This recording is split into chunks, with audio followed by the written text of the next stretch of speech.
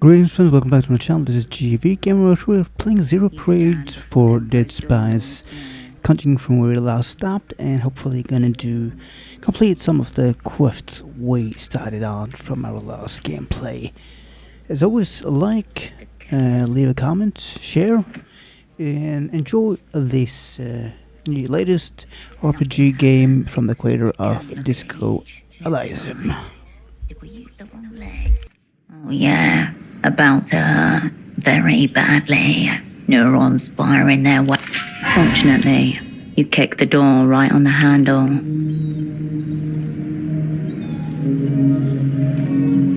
Because our shit kick killed the lock.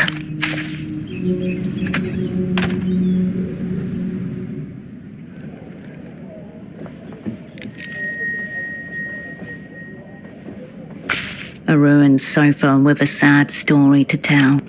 The air hums. This is a spy's death. No regular crime scene. Not just motive and victim. An echo of fairy tale. Tracings of black magic. Everything glows in the dark. Too much. Update. Asset taxman. Was unknown. Now zeroed out. Multiple assailants going by the footprints. A brief struggle. Then the inevitable. The stereo system is facing away from the sofa.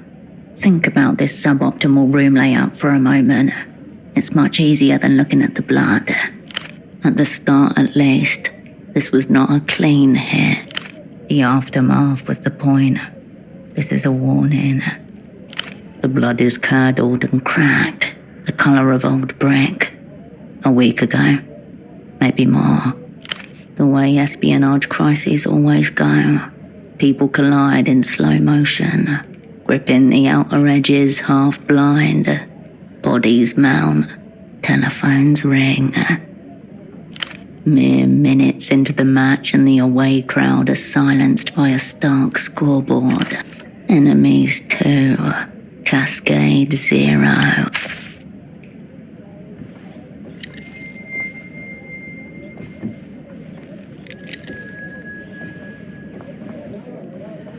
On the desk are a grey notebook, an e-terminal, and a broken photo frame, face down. Next to the frame is an eye with a long single teardrop, shaped out of a fine white powder. It's soft and ringed.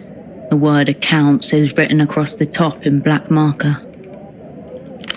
A thicket of serial numbers, dates, columns and rows cover the pages top to bottom, along with shorthand references to incomes and outgoings.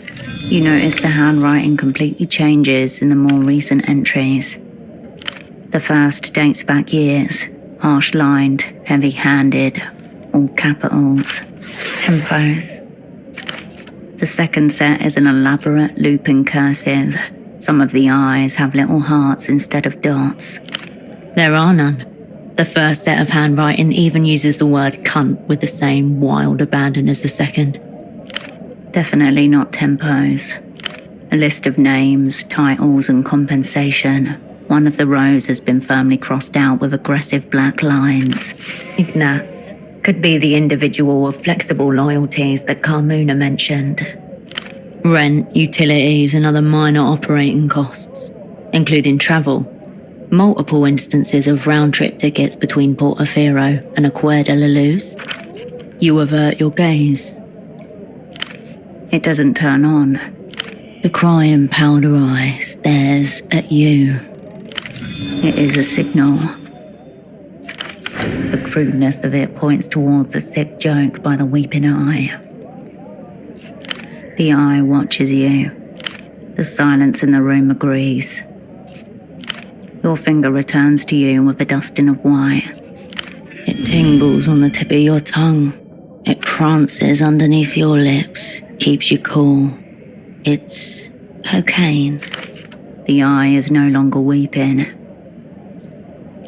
As you turn the frame around, dust falls and a blade of light momentarily obliterates the row of faces presented. Inside your stomach, spiders scuttle. A surprise attack launched from your own past. Here you all are. Taxman. Estoc. Virtue. Radiant. Kindred. Holocene. Cascade. Your former network, known to the Opera as. Unknown to you as those friends you left to die 5 years ago. Your people. None of them meet your eye, apart from you, the only one looking down the camera. They were counting on you, and you abandoned them. While they thought of you, you thought only of yourself. You selfish little child. What a thoughtful gesture. Very late, but very thoughtful. You slip the photo out of the frame, into your pocket. Pressing against your heart once more. A fatal case of sentimentality, leading cause of death among old assets and spies. He wanted to keep you all around. Too late. Fading lights in the fog. You are here now, under attack. You did what the assignment called for, what you were told to do. For Cascade, all will be forgiven. Beneath the photo, and your heart, a tug. The window to your right. Did someone see you come in here?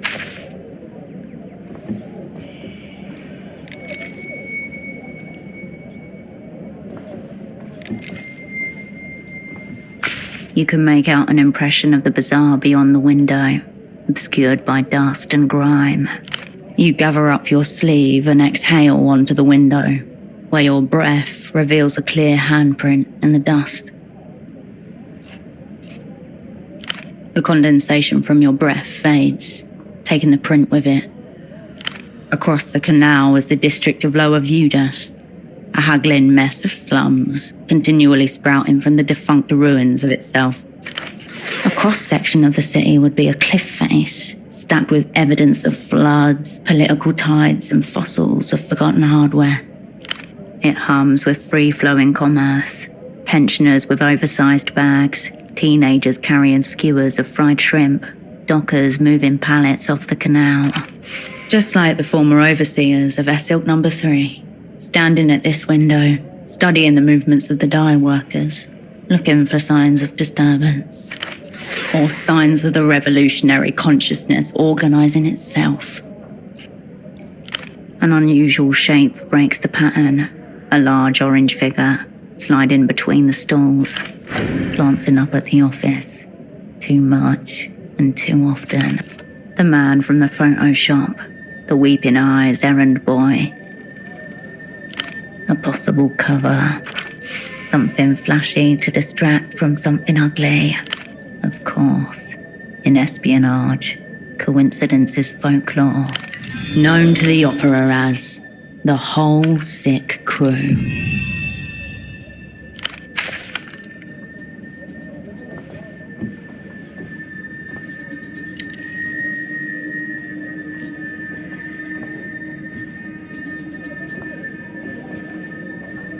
The desk is as you left it.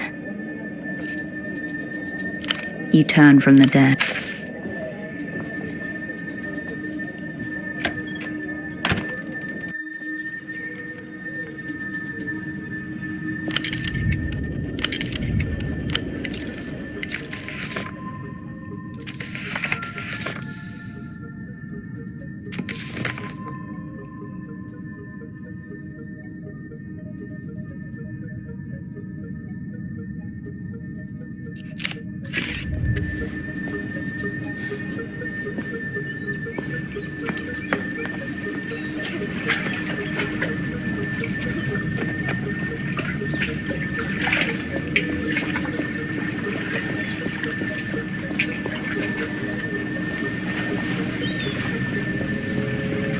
The smuggler inclines his head in silent recognition.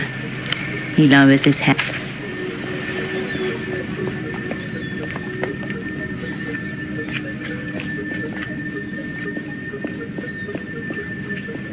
Can't let you past. Just like I told you, Mother's out for her constitutional. I'd stay out from the back ways if I were you. The mother took out a whole squad of carabineros once. Bullets bounced right off her hide. Ate the faces of every one of them. And their big hats, too. And man, there's no one there. And you got better odds with the man than with the mother. The main entrance to the east. Please do not panic. You might have better odds if you go by the south and come up through the rusty gate. Good. Morito always advises that.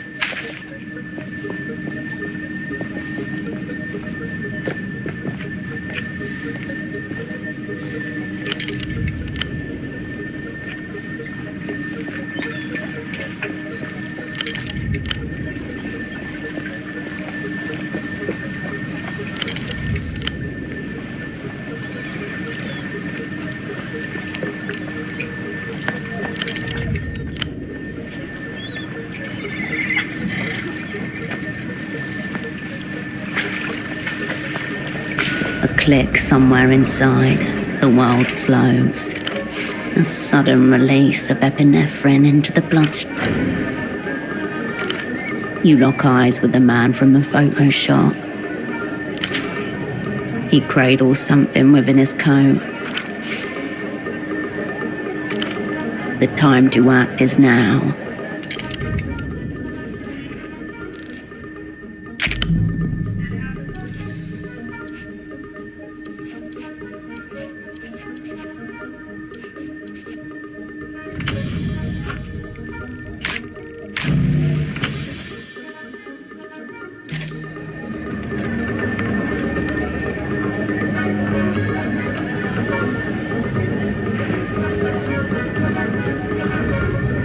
Your mind says discretion, but your arms and legs say otherwise. You feel all the eyes in the bazaar gravitating towards you, including your pursuers. Time to get a move on.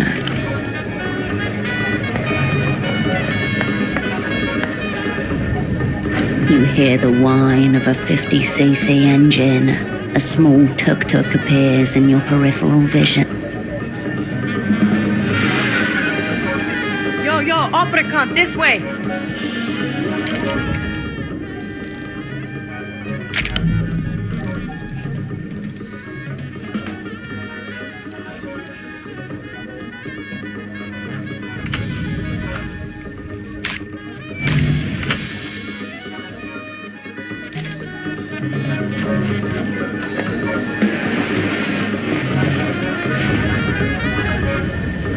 Malika would tip back in her chair if she saw you now, flawlessly evading your opponent. 5 years in the freezer? Wouldn't think so. It's like you were never really here.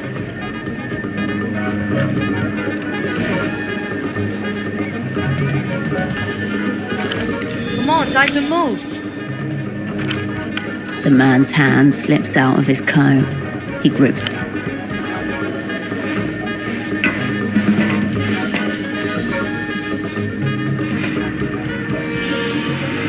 You race towards the waiting tuk-tuk and hoist yourself up.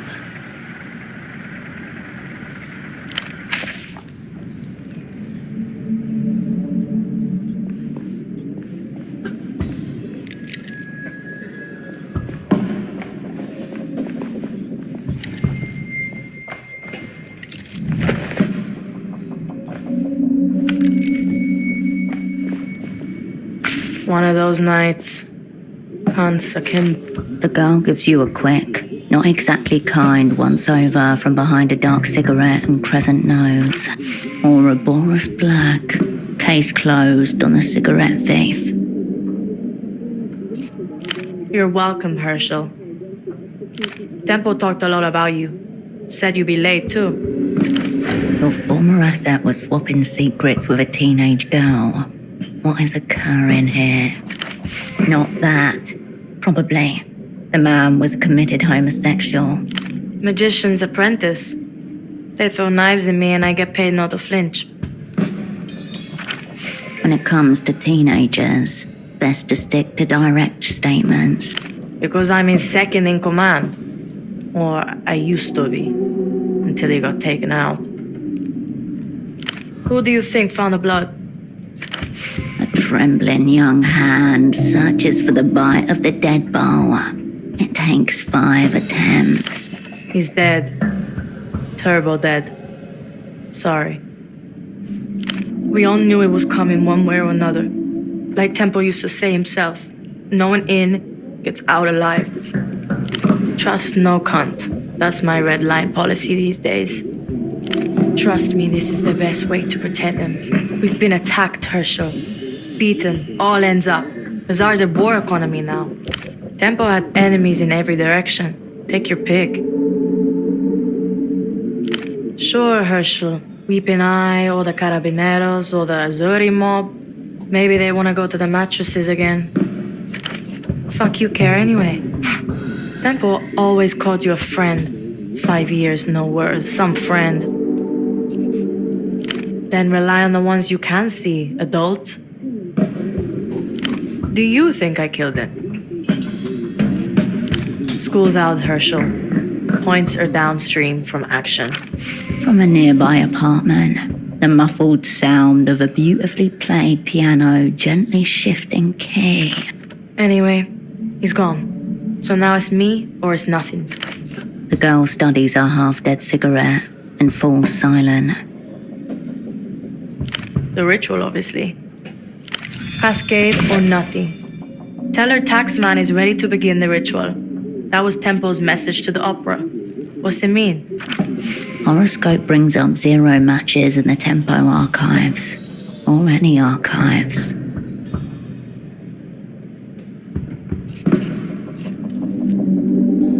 I would, actually. I just saw you in action. I thought you were high up in the opera or something. Tempo said you were top floor, brightest spy in the sky. Uh-oh. Tempo didn't know they shelved you after 91. He thought you were still respected, revered even.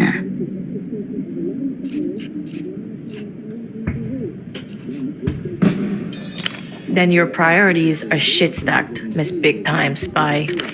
For my old friend Cascade, tell her taxman is ready to begin the ritual. No silly cunts. Cascade only, person to person. Cascade or nothing, and you tell her, if we pull this one off, all will be forgiven. You're supposed to be the great Cascade. Pockets full of answers.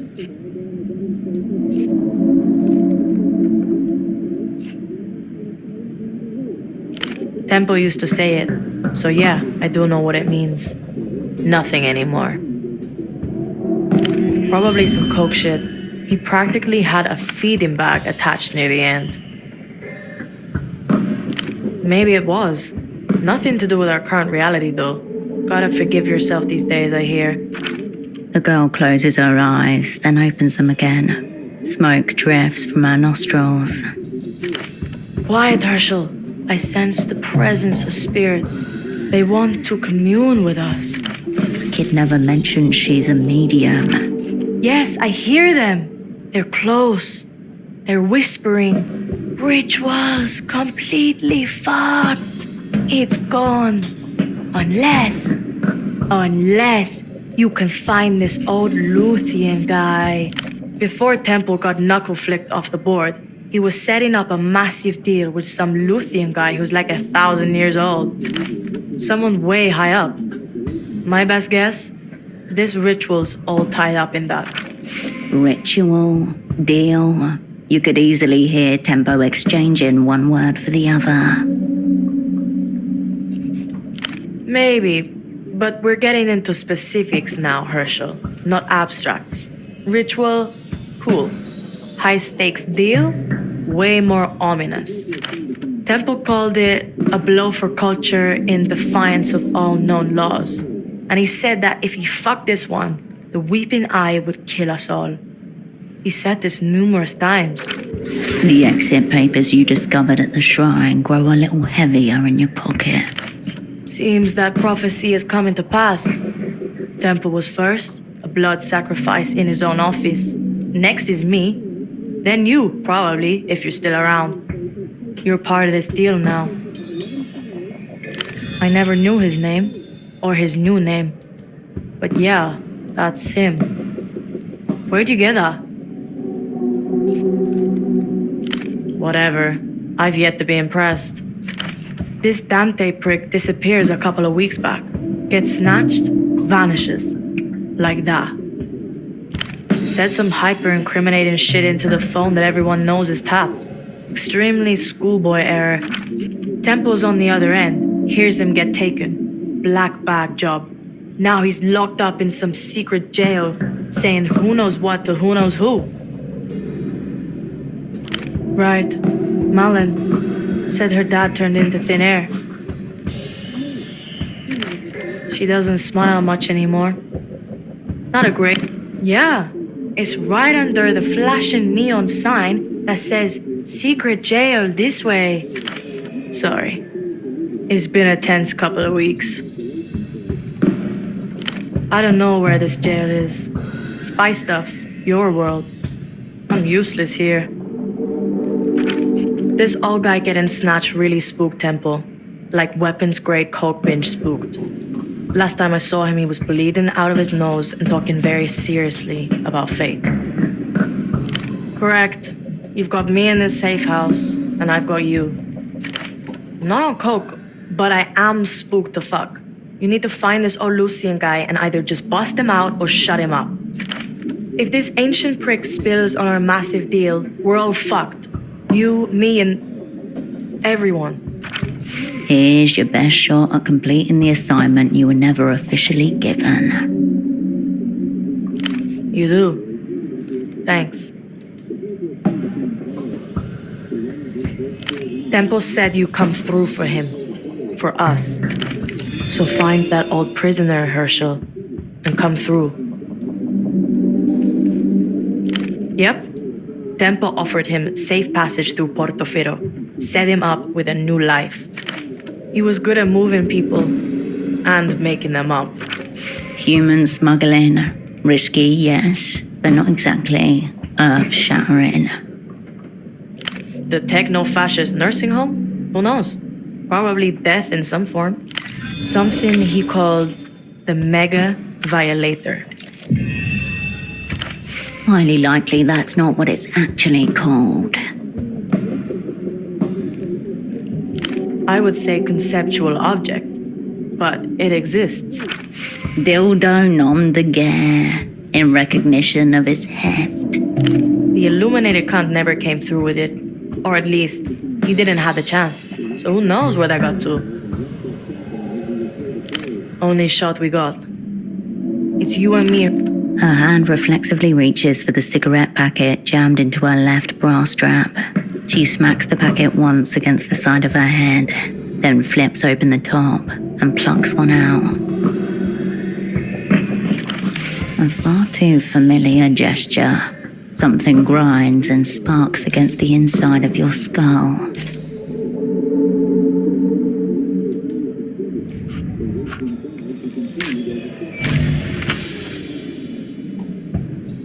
At the aerotram stop with Tempo, fog-stained and matted with rain, the final time that both of you felt certain would not be the final time.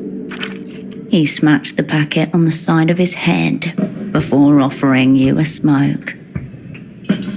You do it too sometimes, without realizing it, when you're thinking of those days.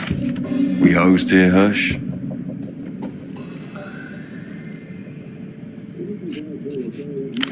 Far be it from me. Anything from our dream kid? Kindred, unreachable for the last 16 hours. The screech and groan of your aerotram arriving. You should probably get on that. And don't worry about me, I'll be alright. Take care, you dim cunts. Yo, ground control to Hershel. You look like my grandmother during an absence seizure. Closer than most, I would say. Yeah. You're right, it probably does. My name's Yana, and I'm the fucking man. He's not my boyfriend. We were just hanging out for a while. Maybe we still are. Whatever. Well, you should full-on officially ask me then. Some cunt has me in his crosshairs. A cunt with weird headphones and a shit mustache. Dunno. Headphones are the defining feature. And the fact he's after me. That's why I'm here, and not in a bazaar. Midnight pricks won't stop exiting the fucking woodwork. I don't know. And Tempo had no fucking clue either. But he was very scared of him. Way ahead of you. I'm in the middle of smoking this cunt out. My acid is already in theater. Cryptonym, Scarf. Yes, obviously. But also, do I? When you were 16, you once put your blood type down as mysterious in an attempt to impress a vaguely attractive doctor. Use your spy shit. Make contact. Tell him I approved the meet. Yeah, you spoke to him. Now I need you to make contact with him. Keep up, Hirsch. Fucking hell. Also, you can tell him that my schedule freed up this weekend so I could see him for like 1 hour, maybe. As long as nothing better comes up, which it might. Good. I like enemies. They solidify my fucking position. But you know what solidifies it even more? Non-stop odd shit with you. No, other people taking care of those enemies for me. From the photo on Tempo's desk. That was all of you, right? Thought so. Not a lot. That you were good, that you had something together, and that it was a shame how it all went down. Slowly, then all at once. They got the girl first, he said. Carolina. Then the floor gave way. Getting your shit kicked in usually is. Ignatz, area clown with shit taste in jackets. He used to work at a bazaar till Tempo sacked him. For being a clown, officially. And unofficially, for maybe going in with the weeping eye. Carmona's got dye in her brain or something. Whatever she comes out with, assume the opposite. Either way, Kuntz just bought himself a lifetime ban from the bazaar. Welcome to the delinquent heap. The girl inspects the disc over the top of her cigarette. This is one of those Einzelfacts Petre won't shut up about. Fuck me, there's 2 of them.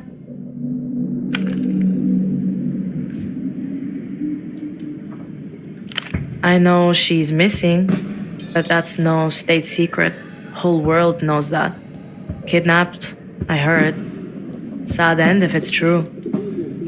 Of course, you can't go wrong with V. All her stuff is good. She's like a friend. She gets it. Where did you get that anyway? As in dead? Sorry to hear it. What happened to him? The worst type of schemery. Sounds like we're 2 down, Cascade, and getting cunted harder by the minute. Hope he pulls through. And what's another one in the vapor? You spies are morgue slab cold. Dipped one in nitroglycerin. Fair warning. The girl tilts her head up and offers a half shrug. Your head lightens, your vision blurs, but don't think you're getting another one, 'cause you're not. Me and Marco. Fine, but also not great. I barely had time to see him. It's definitely not part of the problem, no doubt. It's weird. When he's around, he annoys me and I want out. But when he's not there after he's gone, he becomes like the best person ever in my mind, even though he hasn't changed. That doesn't exactly help me, but yeah, I think you're right. Probably his smile? Moving on. All right, Hershel. Yeah, I did some odd job shit around there. Admin stuff for Tempo. Became his assistant, basically. Nothing so high concept. I was just Yana. The bazaar took me in. Tempo kept me. Probably where I left them. Who are you, social services? Fuck off. I'm retired. Government education is for losers and narcs. They're never gonna teach you the most important thing in life. How to make fucking moves. We had a professional arrangement. Now we have an extremely personal one. I was here. That's all. Hold on. Don't I get another name? Like how Tempo was Taxman? Could go with Tax Girl. Strong thematic resonance.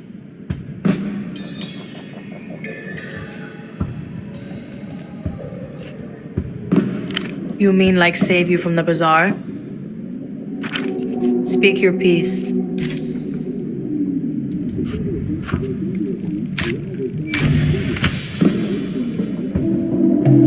A good cryptonym reveals nothing, yet means everything. The seeming arbitrariness of the sign only strengthens the bond between operant and asset.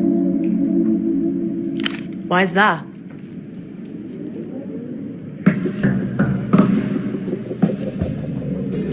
Don't hate it. Yo, it is. Good job, Cascade. Keep your powder dry, Hershel.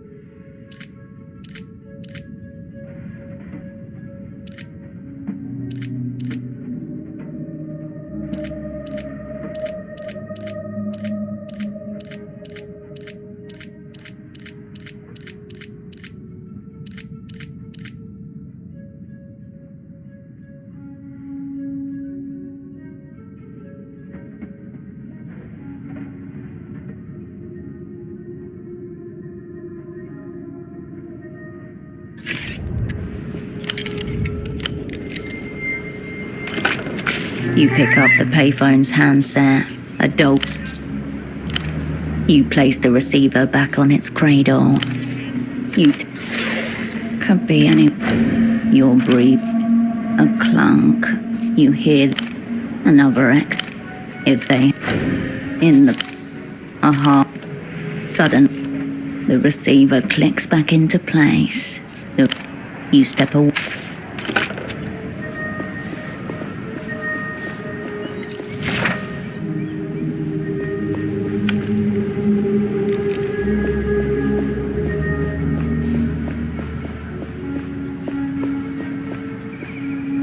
Hey, you. You're new to this scene. A young man in a long, colourful puffer jacket with a note. Really? I haven't seen you around. But maybe it's a good sign. Maybe the scene isn't as dead as it seems.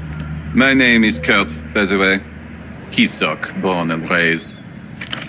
Is he not a bit too old to be speaking in this manner? See this jacket I'm wearing? A product of the local scene. Custom made by one of the tailors here. Pretty cool. Highly skilled hands have made this. It's one of a kind. Check out the zipper. It's got a pair of fangs on it. But you know what's not cool? Some of the official heat I've been feeling as of late.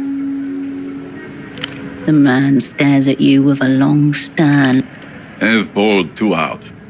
The streets of Portofiro have not been ready for such a display of style. And to be honest, I haven't been ready either. This cool jacket? The party alley tailor made it for me, but I never paid for it. I owe him money, I have no money, and I cannot show my face around the art of the scene.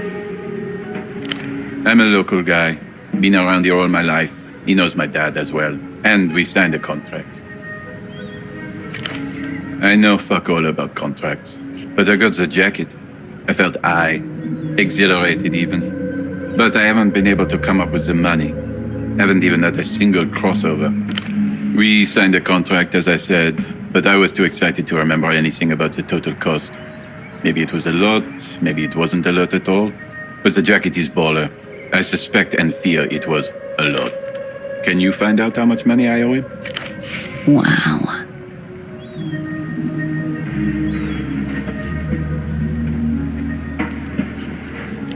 What if it's impossible to pay back? What if other people find out that I am bowling on borrowed time? It would spell disaster for the scene. Double wow. Well, we all have lapses in judgment, don't we?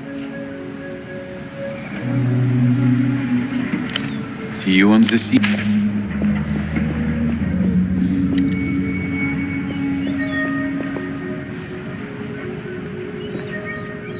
A name is emblazoned across the side of the tuk-tuk in a cool blue font partly obscured by diaphanous hand-painted soap bubbles.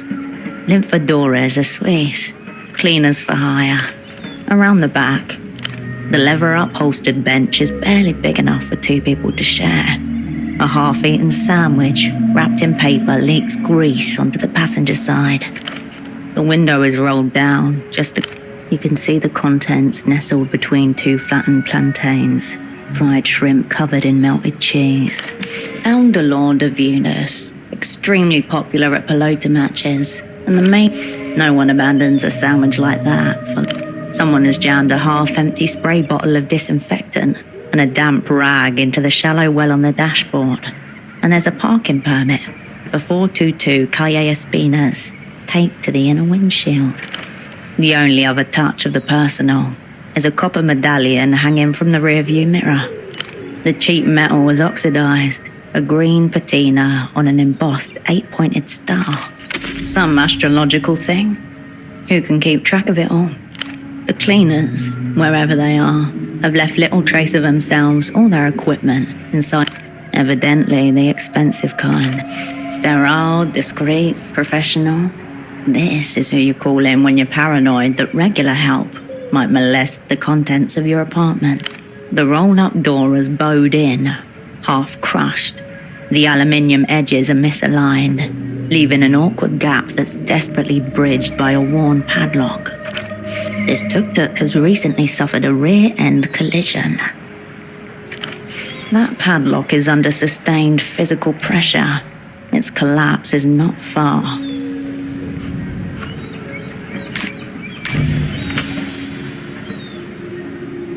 The old padlock, under stresses it could not possibly endure, shudders and pops open. The small space is tightly packed. In the corner is a selection of buckets, a rack of brooms and mops mounted on the wall above them. Bottles of cleaning solution are tucked into every free space, with names like Zyfrox, Extra Clean, Shine and Shimmer. Your eyes land on a shapeless garment in a disconcertingly meaty shade of pink. There's a zipper on the back and a large tinted window at the front. A viewport out, but not in. Anything that obscures your face is good, and this suit has the advantage of obscuring your humanity completely. The suit slides off the rack and into your hands. The tuk-tuk remains in its place.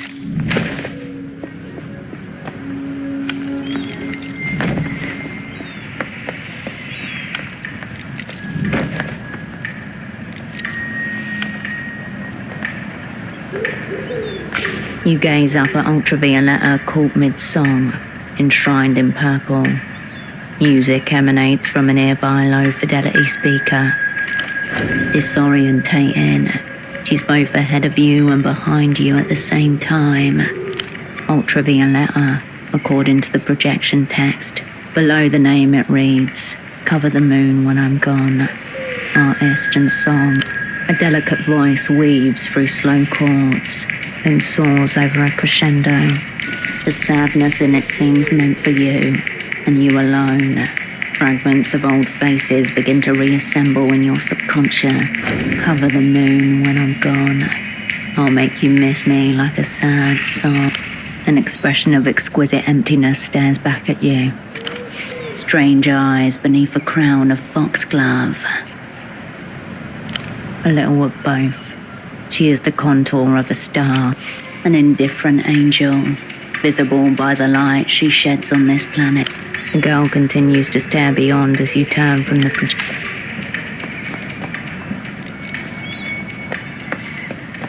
At your approach, 3 heads turn in your direction. Looking for something. Street's blocked. Go another way. Nothing that concerns you. You can ask the GMs. We're in apartments. The tallest of the 3 lets out a long, irritated huff through his nostrils. They don't have to answer to you. Thus, they won't. Perhaps you are lost. You can feel 6 eyes on your back as you leave.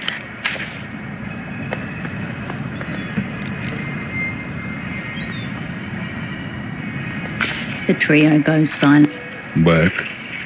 You can feel 6 eyes on your back.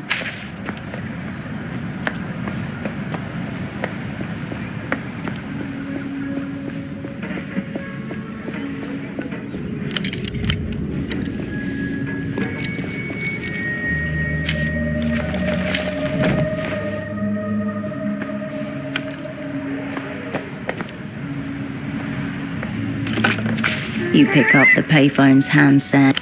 You step away.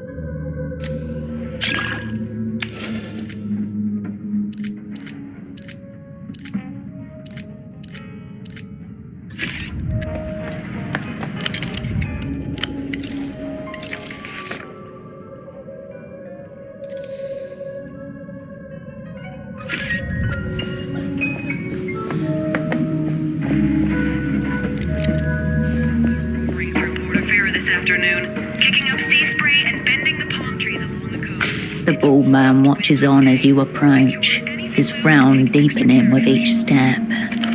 Dressed up like a compromise. His shirt is low enough to expose a tangle of chest hair. Deliberate, wild, oddly Functionalism rarely finds justice in the arts. A wasted figure is a despicable figure. You're from Murcia, yes?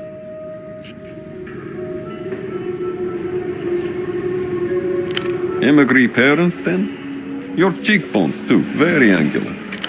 Arouse. Inside, a small cathedral of pristine jackets, dresses and suits, impeccably arrayed. Unpadded jackets with their sleeves rolled up, just a bit. These are high-end power suits for business or formal soirees, thinner than what you find in Novessa. None.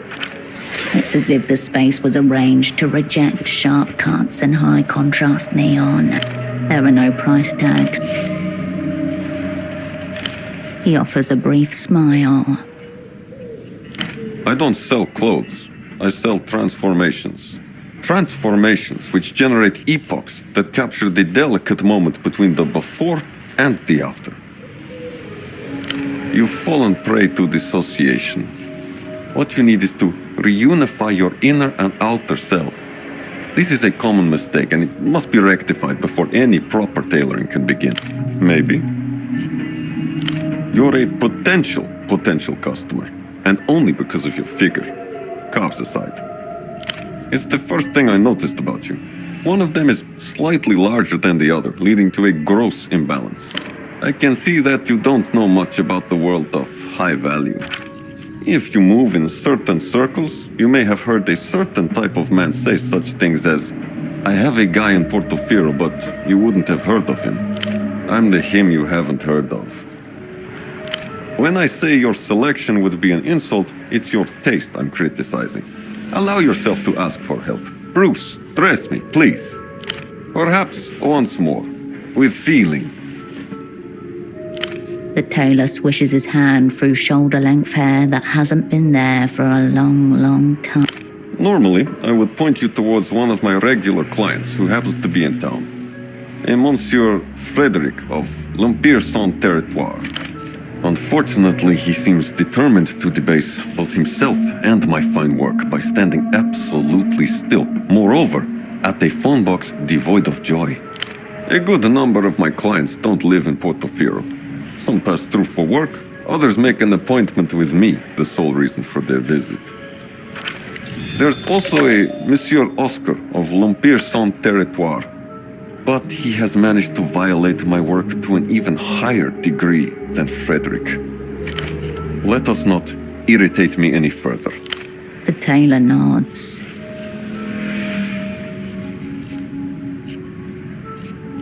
Of course you would.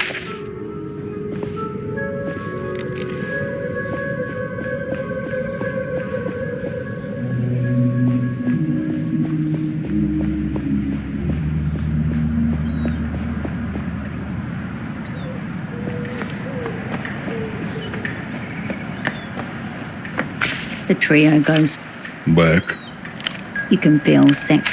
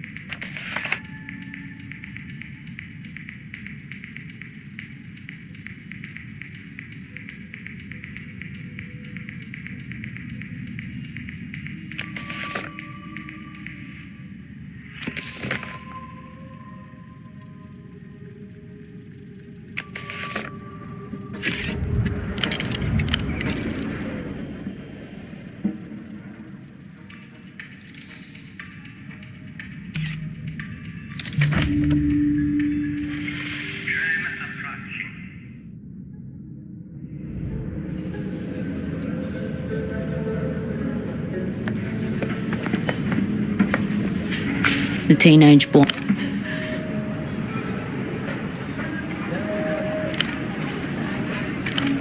And what do they call you?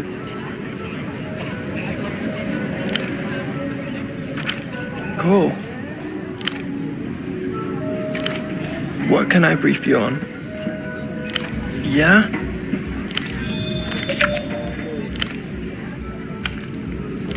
Sweet. What about her? Fine, I guess. Yeah? Well, been excluded from school twice. Pencil crimes, failed tests, bit of fire stuff. Done it all. Meet her? Well, we've been in the same school since we were small, but I didn't meet her until last year. I used to sit behind her in history before she dropped out to run the bazaar and all this happened. She was really sweet, shy. I asked her. I passed her a note, drew a dolphin. She likes dolphins. Put a speech bubble coming out of its mouth, and then I wrote, I'm seriously into you. Be my girl. I'm finished without you. Yeah, you got it. It was nice. Drew me one back that said, I accept your proposal. She's too important for stuff like that now, with the bazaar and everything. But I get cooler presents. Genuine name brand shit from Louvre. Cool. Yeah, whatever. Yeah. Sweet.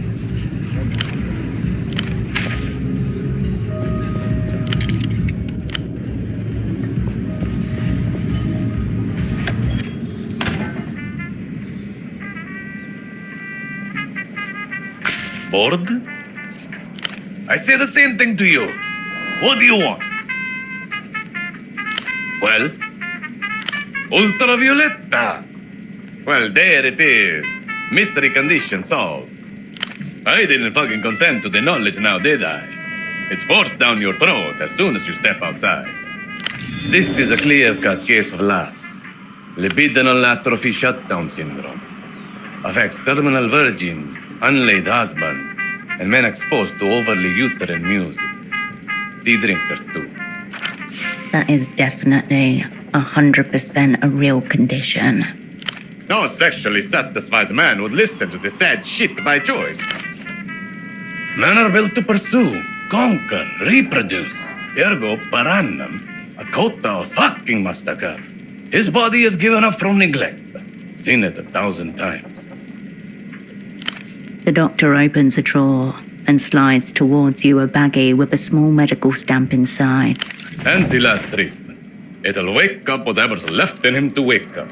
And if that doesn't work, end of the road, sister. Cut him loose.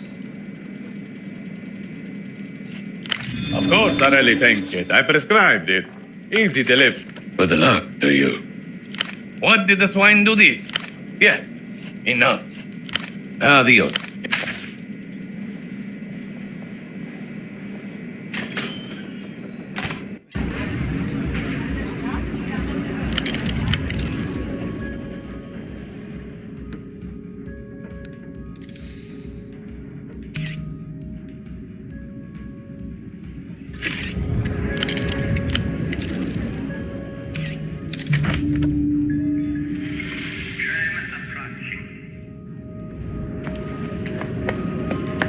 The machine, the can makes a pleasant thunk. The piss smell. Could I ever see beyond her, only to discover more of her? The middle-aged man stares into the sky, left eye loping slightly. His hair and suit are both in moist disarray. A pink tie hangs open around his neck. A crumpled paper airplane of a man. No. All is lost. Are you looming over me in official capacity? A hedged opening position. Exploitable if we found ourselves across the table.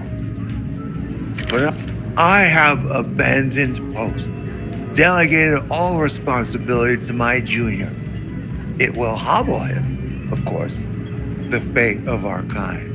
I am Oscar Metamoto, senior negotiator for l'Empire de la Empire Sandu.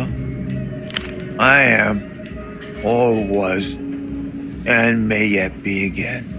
Thank you for the offer, but we are far beyond that pale. For immediate release, Oscar Metamoto is hors d'usage until he receives at least 3 apologies. The bank is always open. And always in town. Yet another special condition on the master contract that dismantled history. But I can say no more.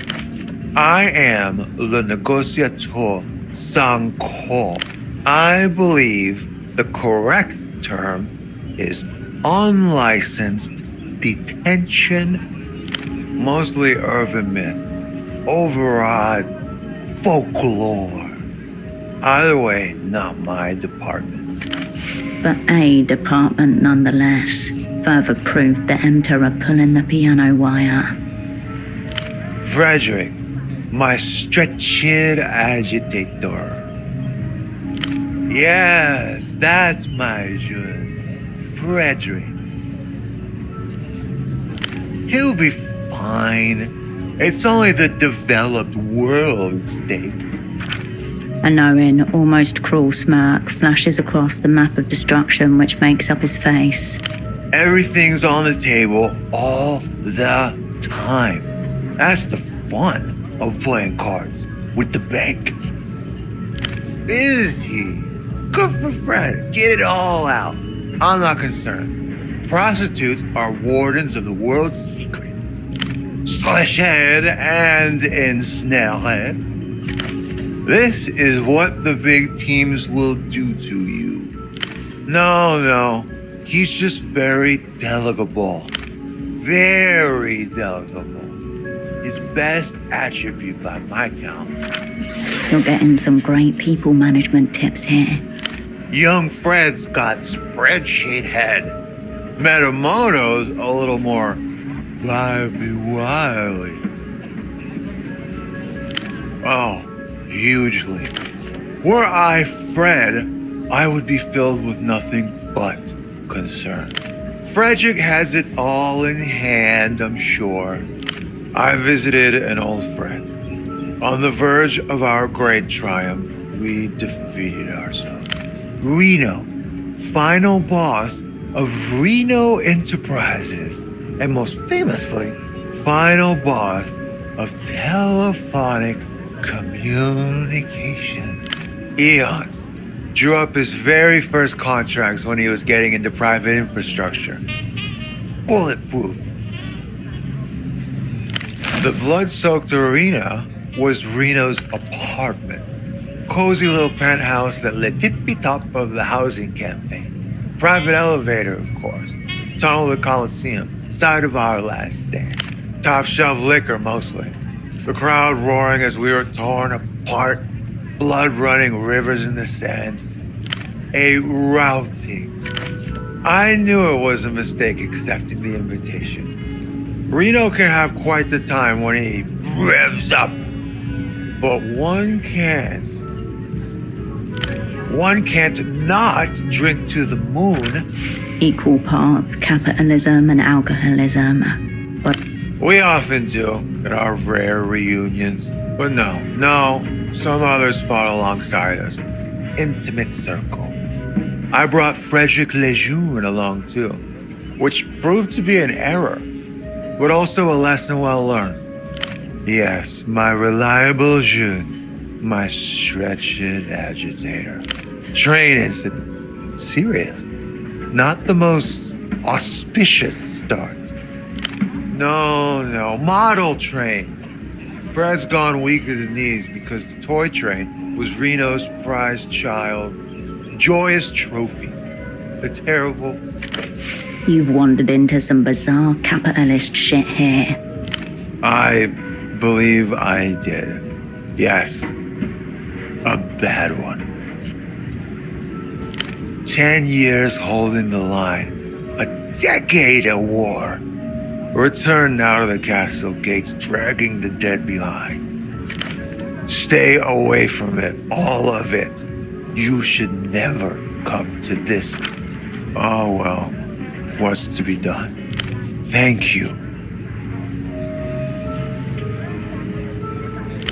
One from my opposite number, one from my superiors for the professional cuckolding, and one from my aforementioned junior for making me superfluous.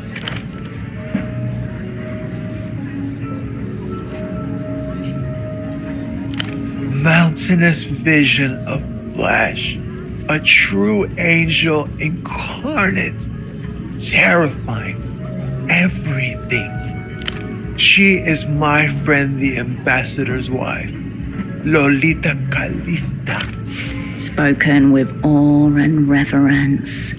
I wouldn't know, because he has yet to appear. Though it may be smashed beneath him. He's Lusian. Definitely not. So it's the Lusians. I've committed no corporeal crime. High mental treason only. But should it come to it, apologies go two ways at Shea Metamoto. Then why am I so thoroughly cursed? I'm afraid, of course I do. I know how it works. But still, on principle, seems my hors d'usage will be much prolonged. I will prize them from dead hands if necessary.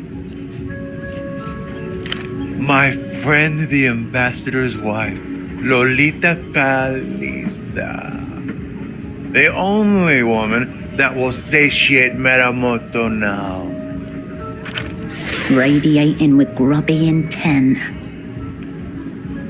My friend is the ambassador. Lolita Calista and I will never be friends. We will be all, or we will be nothing. I love her searingly. Searingly. None. The terms are set. It's not sweet. It's an affliction. Worse than the drinking. Far worse. At one tiresome function or another.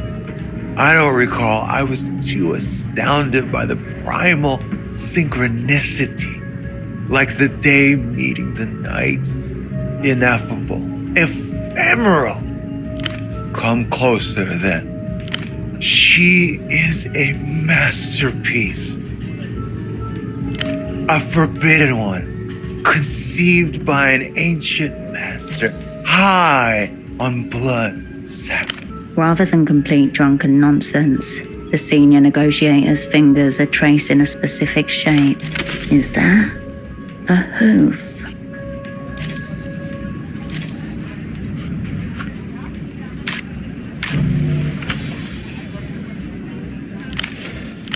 A towering chimera, part woman, part mare. Her naked torso emerging from sodden flanks. You've never seen a horse so large, or a woman. Yes, mythical, beautiful, centaur-like in her grace, very present. He gazes into the sky, hands aloft, as if summoning fall and crush him where he lies. So you understand my predicament. He looks up at you with a small shine in his eyes. I hope that you are aligned. Thank you for the encouragement. He rubs the invisible slate clean of his Lolita tracing and so. I cannot concur. You.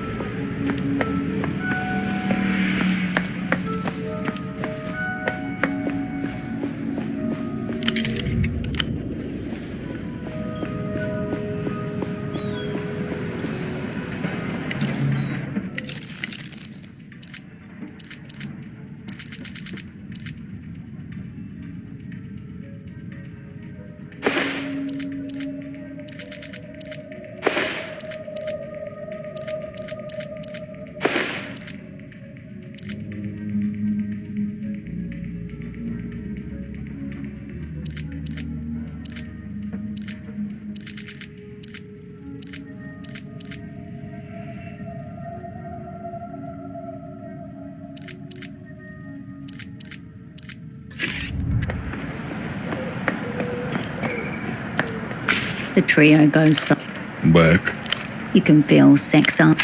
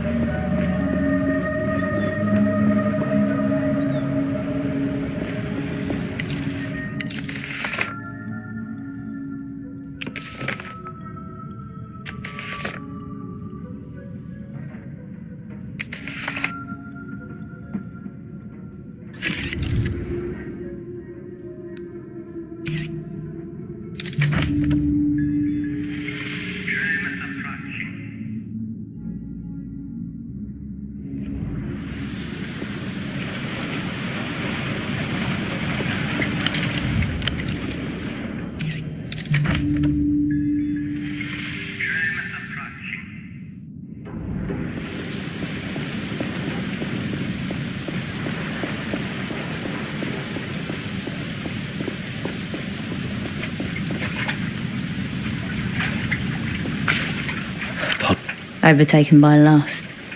Metamoto. What about him? Ah, yes. The sorrows of Metamoto. I'm supposed to care because he possesses such vast reservoirs of pure feeling. Well, Metamoto is always going on about people he supposedly knows. Maybe they once existed. I wouldn't count on it now.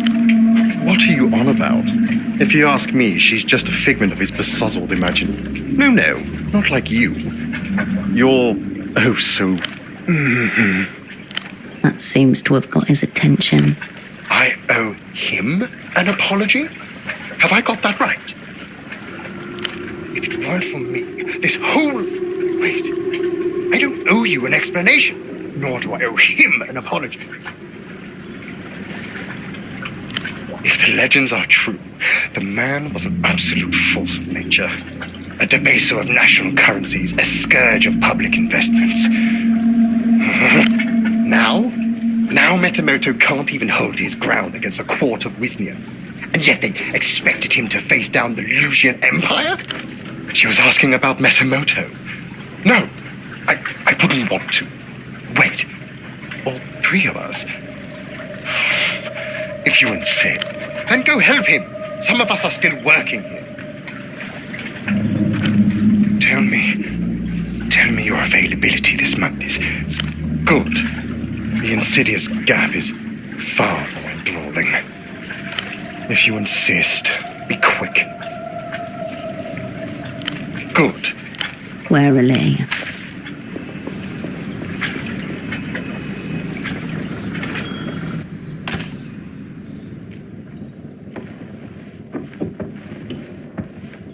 Yes.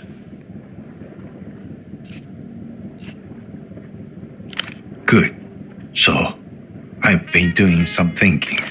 Gonzalo can have his dummy back. There's no good reason to leave it kicking around up there. Wait here. The doctor returns from the room carrying a pink plastic shape. He hands it to you with a heavy sigh. Tell Gonzalo. You know what? Don't tell him anything.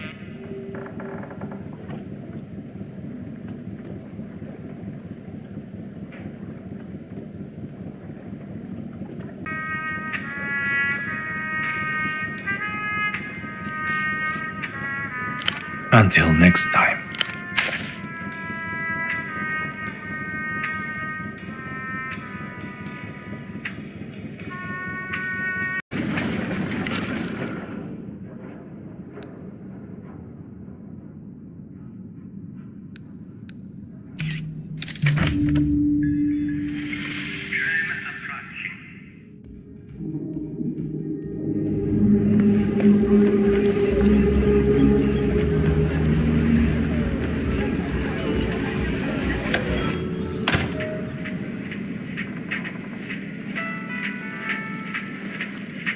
Bored? What do you want? Metaganza. I'll have to hose him down after whatever that swine Hugo Abe has done to him. But it doesn't matter. He's home. Shut the fuck up. The doctor eagerly reaches for the wiretapped medical dummy and stares lovingly into its eyes.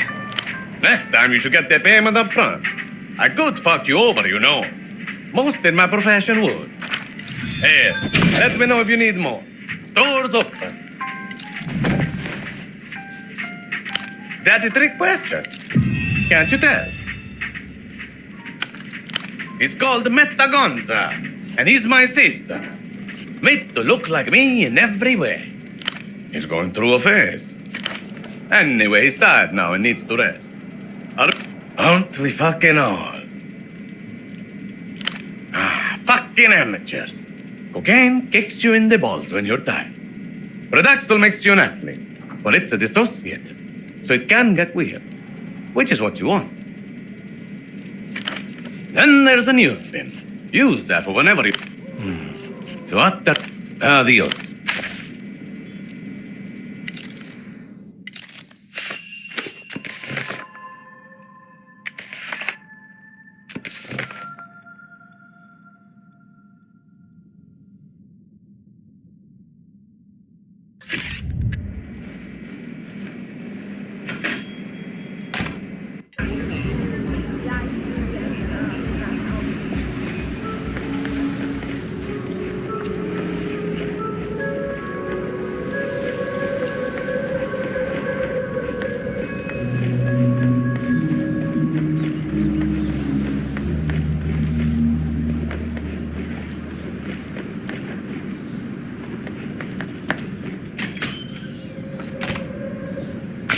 I've moved Pseudopod into the spare room.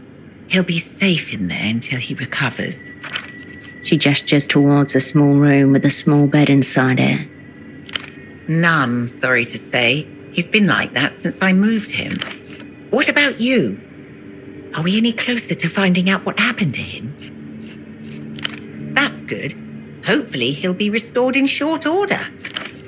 Were you able to piece together what he was investigating before you arrived? And?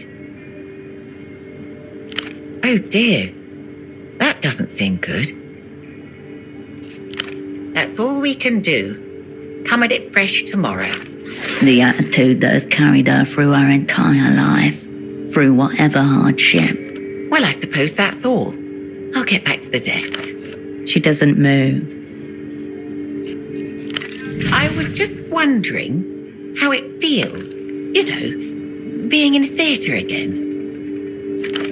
I'm not sure how this assignment compares to what you were up to at Satellite Facility B. The freezer, yes. It must be a relief to be out. You picked an interesting time to come back to Portofiro. It's not the same city it was 5 years ago. For one, we've become a front line in MTER's culture blockade. The powers that be seem to have become more protective of their investment here. I should probably be asking you that question. From where I sit, it seems they're incredibly paranoid about anything that could increase our strange cousin's sway in this part of the world. Strange cousins, how locals refer to the menacing techno-fascist superstate across the Noscarentis Sea. Pseudopods seem to think they may even have operants working in the city right now. You swim with sharks and jellyfish. Then of course there are the anxieties about a reunion. No one can say whether in 5 years' time we'll still be part of the developed world or whether we'll have been annexed by techno-fascists. Maybe. They're terribly organized when it comes to getting what they want. My father used to say it's because they're all of one mind. Yes, there's a conspiracy. Well, there's a theory that the Lusian ministers are all copies of the same man. Some long-dead philosopher, that he's been imprinted onto them. How long dead? How many generations of ministers does this theory implicate? But my father also believed that Lusians were training river dolphins to spy on us. It's odd, isn't it? In some ways, I have so much more to worry about now, but it doesn't feel that way. Heart in throat, crumpled knees against cold linoleum. A deafening pulse inside the skull. Oblivion oozes through the door frame. Is this some kind of assessment? Nothing too much to tell. Certainly nothing that would interest an international actor like yourself. I've been running this shop for the last 3 decades. Business isn't exactly good, but it's enough. I just get a divorce. No, nothing like that. Can you imagine? At my age. Younger than your mother, but in her mind, she's an old woman. No, it's just us. Her, you, and the breathing mannequin. Most people prefer drop-off and pick-up for their film and prints. No one lingers here for very long. A fit of boredom, if you can believe it. Here I thought I'd broaden my horizons, so I signed up for a mailing list, one dedicated to foreign literature. Then one day, this very polite man with a very pleasing accent was on my doorstep. I thought he was going to try to convert me to crystal worship. Instead, he asked if I'd be interested in letting my upstairs room. Yes, it was. I don't presume to know the inner workings of the opera, but I have to think I could be better utilized. Of course, I'm happy with the tasks I've been assigned thus far. Keeping a safe house is a major responsibility, but I have other skills. Chemistry, for one. I have an entire photo lab back here with access to all kinds of toxic chemicals and powders. And yet I doubt anyone would suspect a woman like me of, say, poisoning someone. This is a woman who's planned countless perfect murders in her idle hours. If the assignment required it. I'm not saying I hope it comes to that, just if it does. Tragic what the Lusians do to their old colonies, displacing all those poor souls, forcing them to abandon their homes, and that's the lucky ones. Not to mention the reunions affecting us too. You've got refugees washing up here day and night, speaking in gibberish, making a mess. They don't even try to integrate. That's not what I had in mind. The Lusians have to be stopped. That's my final word on the matter. Wasn't in the cards. Born and raised, as were my parents, and just as proud of it as they were. It was a different time back then, of course. Quisach feeds itself, my father used to say. There was a steel foundry just a couple of streets away, as was silk, leather workers, bakeries. People used to make things here. Less of a chin to it. I think it's been a bit downhill since we stopped making things. But I wouldn't dream of moving. No. Actually, to be honest, I find some of the things he says rather upsetting. Well, he does a good job of it. He's got half Portofiro on edge about wiretapped phone lines and orgiastic occult rituals. Of course. Something else on your mind? I'll be here if you require anything.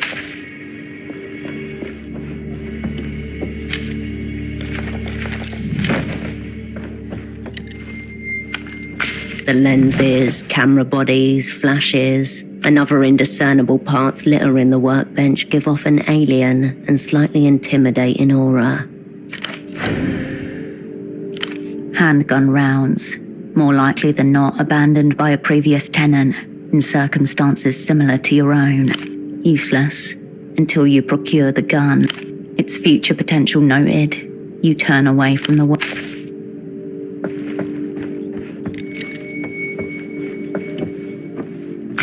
You approach your double's bedside.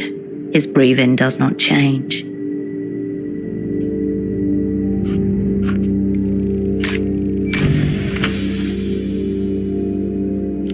You slip the tab into his mouth.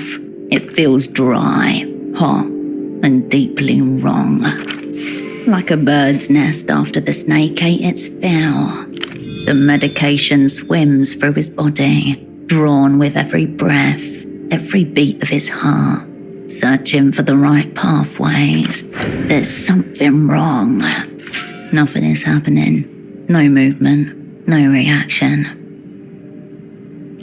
Lungs exhale, hair grows. Nothing remarkable happens. The rhythm of Pseudopod's pulse dances like code against your fingers, speaking the truth. Thump, thump. Thump. You take out your lighter, press the flint wheel to its familiar groove in your thumb. It strikes, first time. His pupils do not contract. Nothing. A ripple of goosebumps across your back. In the absence of immediate danger, the fear crosses you only delicately. A whisper upon your neck. This is not an unconscious body. It is a breathing corpse.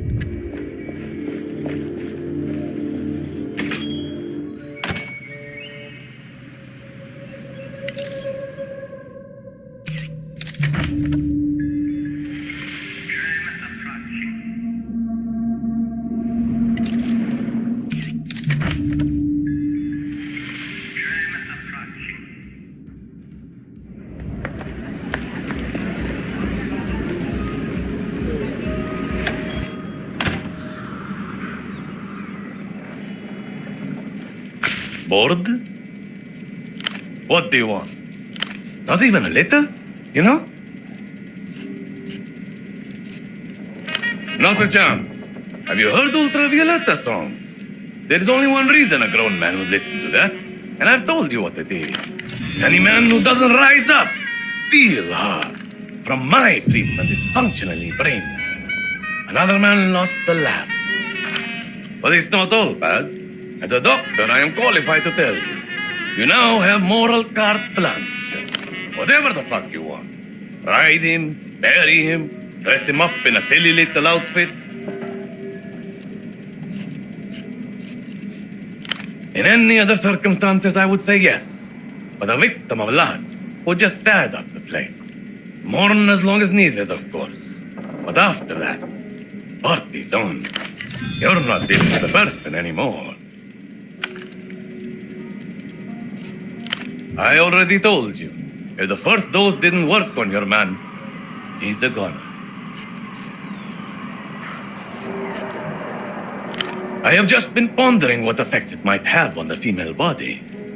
You might die, of course, but such is science.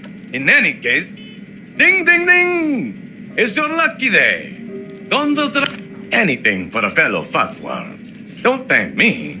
Thank our insatiable libidos. Adios, patient.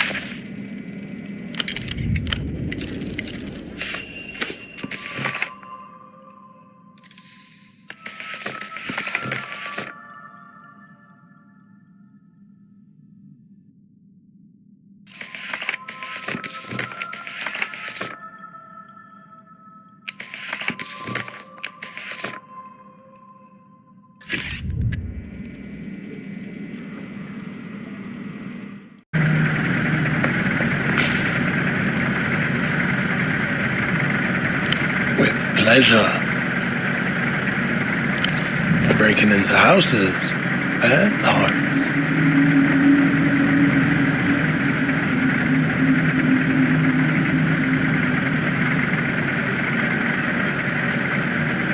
The universe provides. Theft, obviously. Just weed, on account of it being part of... You don't have to use it to sell it. I said all I can say on... He means that. If he said otherwise, he'd be going against some kind of code. What? With the neon bibs, Lucian snacks, all of that? That's not my movement. Here works for me. Making moves on my own accord. And I don't do bootlegs. I don't mind the aesthetics. It's not about the quality either. It's the principle of them. Whenever someone says bootleg, all I hear is almost. You almost got money. You almost got taste. You almost. I don't know. I don't know how to explain it. Shit is just hollow, you know? And I don't mind anyone wearing this stuff. Maybe that's all they can afford, but you live long enough and close enough. Maybe you start to forget the real shit. All right. Tell me what's on your mind.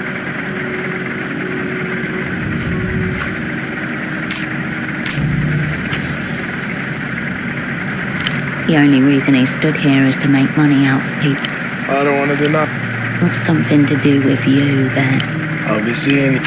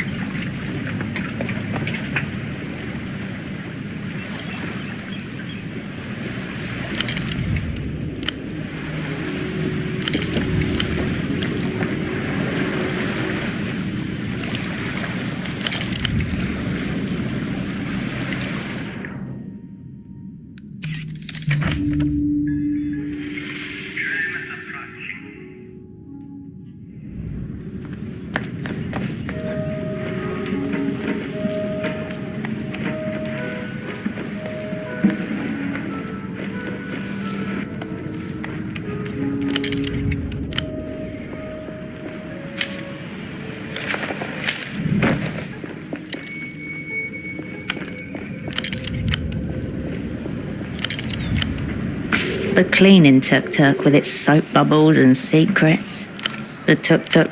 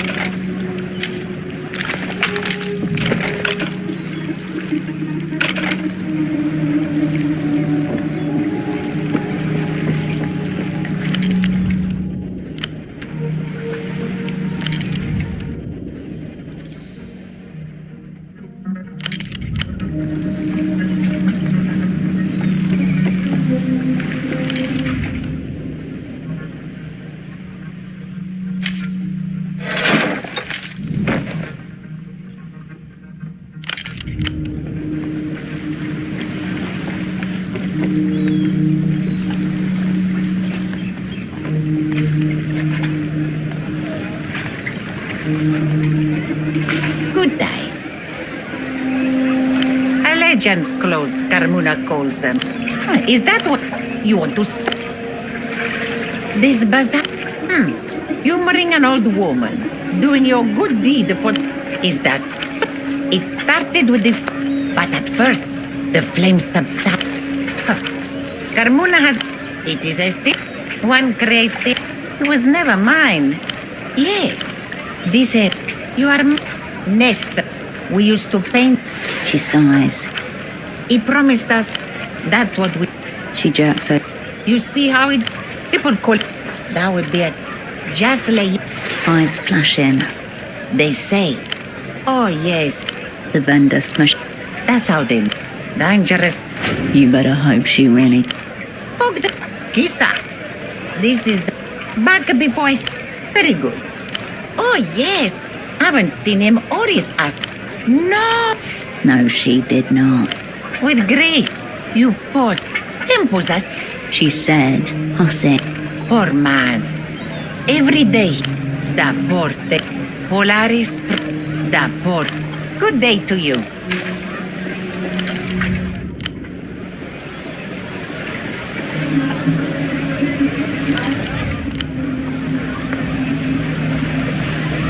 Oh, you're back.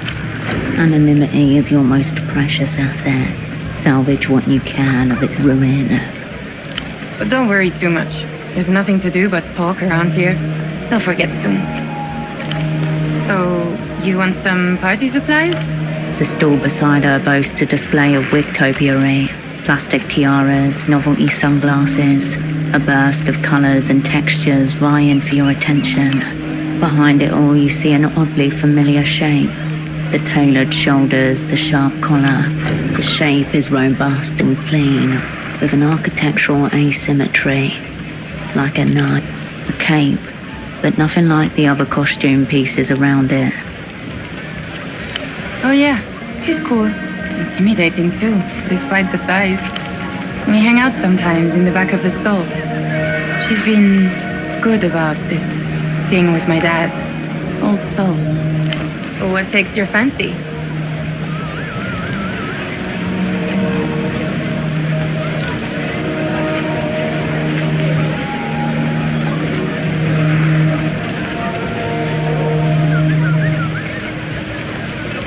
The young woman discreetly hands you the carabinero equipment.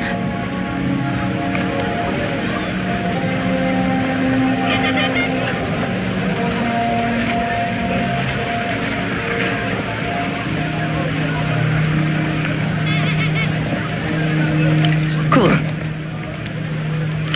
You need anything else? Thanks for stuff.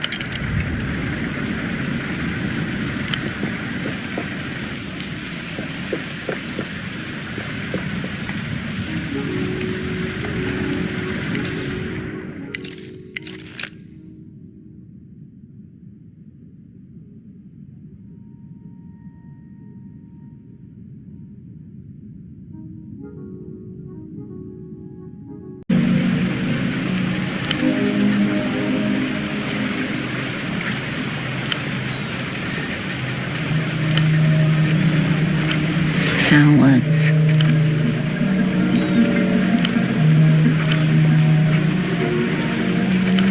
You see him, boots braced on a trembling deck. His vessel noses out past the breakwater into the Nos Correntes Sea. Behind, Portofiro dissolves into a golden blur beneath a pale sky.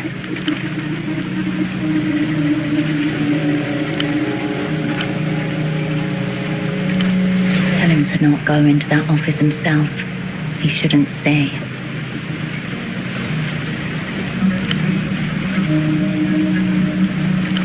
Ignatz, the man you first saw at Photo 24. What had he got the pseudopod? Ignatz was lurking around Photo 24 after all. That is the theatre, always. Now at least you have a name match your pursuer's face.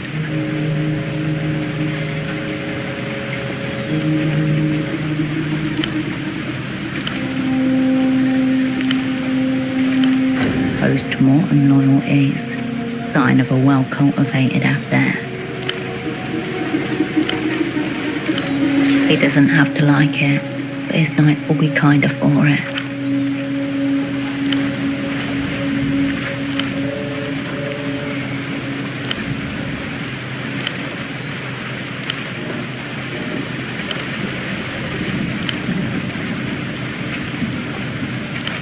That look wasn't for nothing. Something happened over there. He knows you're one of Tempo's now. Remind him that you can be trusted. You scan the area, trying to mirror his gaze. Along the harbour, dock workers shuffle crates. Further out, the unfinished tram pylon looming over the bazaar. And beyond, the outline of a building, just past the roundabout. Yes, it's hard to say whether he was looking at it, but the direction is right. Instinctively, he looks down, but tries to stop himself. It's almost like yes, everything within him is making a concerted effort not to react.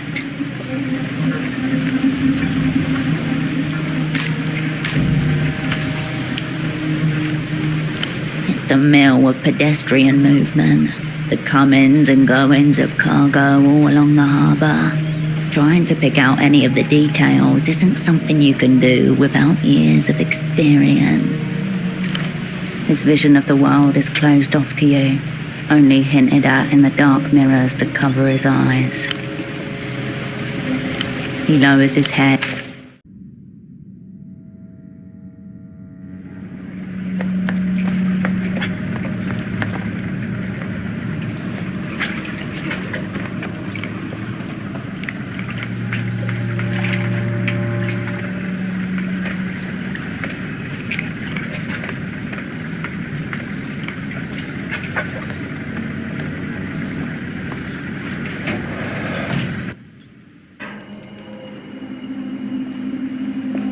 Bagman gestures wildly on the television screen.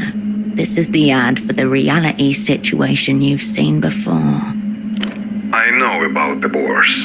I know about hiding. La Luz's invisible aircraft carriers, weaponized nostalgia, microbial microphones, lunar obfuscation programs. A mishmash of conspiratorial nonsense, commonly found in most of the developed world.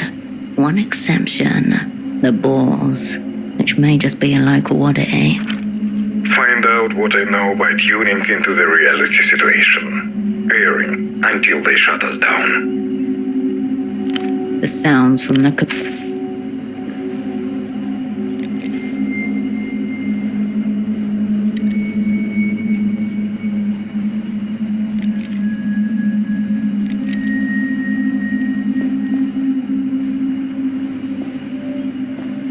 Sprawled in front of you is a huge control panel. It looks exactly how you imagine the cockpit of a flying machine would. Work this out, and you should be able to drain the water outside. The controls before you are unlabeled. There are 2 glowing buttons, a switch, and a single large lever. It's a sequential logic applies. Operating the controls in a specific order will lower the water outside. First, press the red button. Pretty standard for a hydraulic pump. The switch and lever suggest a mechanical interlock. Hard to gauge which one comes first without trying. For now, the red button. Work out the... A short, powerful hiss of water resounds in the surrounding plumbing.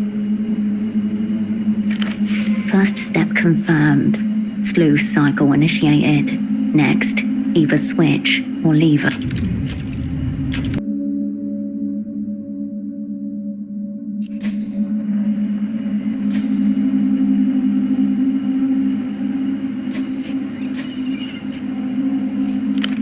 The metal switch flips the on with a heavy, satisfying thunk. That's the sound of being technically correct. Next, the lever. A hum of machinery runs through the walls. No warning lights, no worrisome noise. Keep going. As you suspected, the button releases a stream of water somewhere when it is held down. The hiss turns into a trickle, and then stops entirely. The water won't drain unless it has somewhere to go.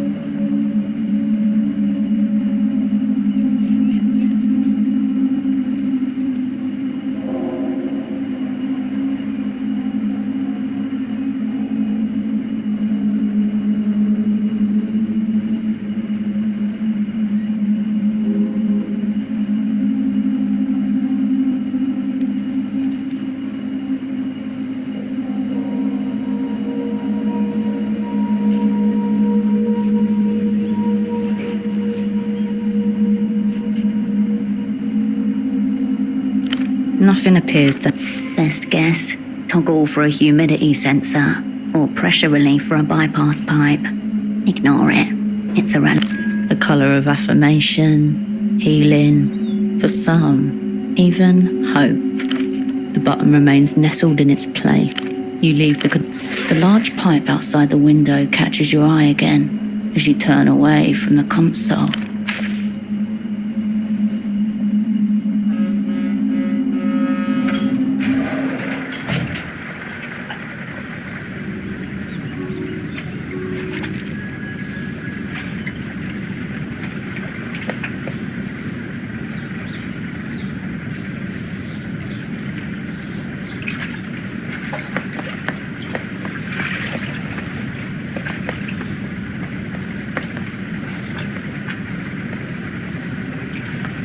The pipe twists out from the concrete like the roots of a plumbing tree.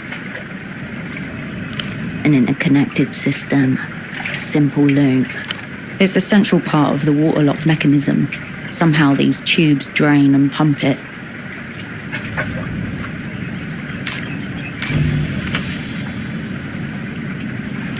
Normally, a water lock would be above ground and entirely manual, but this is an annoyingly modernised version. However, the principle remains the same. There are doors at either end and a sluice gate to lower the water inside the lock. The latter is probably located inside the largest pipe, the one you're staring at right now.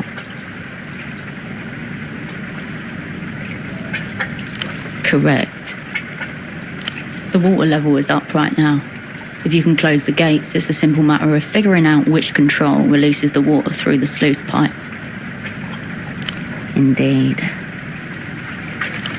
And an operant should always be thorough when searching for clandestine spaces.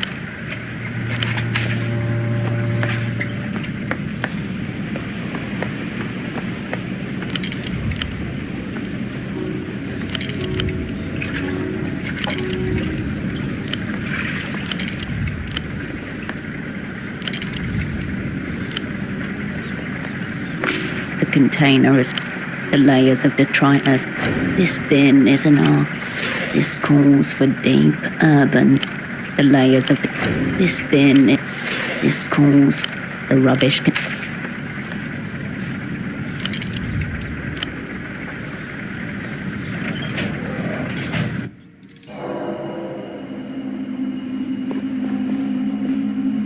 You return to find the control panel. In line with your observations, you close both lock doors and then release the water through the internal sluice gate. A violent pressurized hiss is heard as the lock drains through the immense pipe to your right. You leave the control panel, its language now mastered.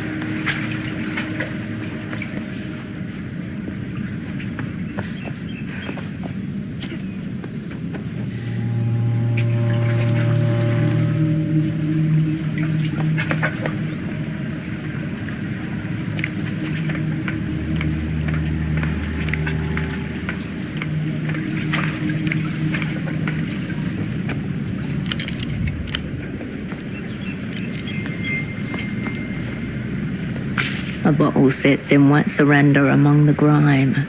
The label, damp but still holding strong, reads, Vishnia Schnapps on tour. It's 60% proof, much stronger than a typical bottle of schnapps. The sour cherry flavour makes it go down easy. A one-stop bottle for all your drinking. No, you have a regular bottle of schnapps. This is You snatch up the bottle and realise it's unopened.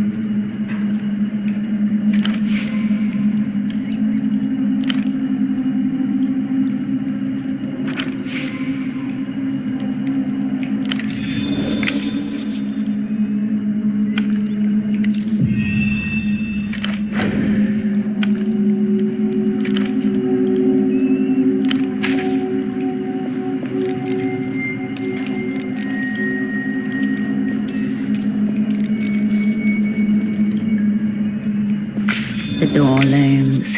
Its keypad glowers at you dubiously.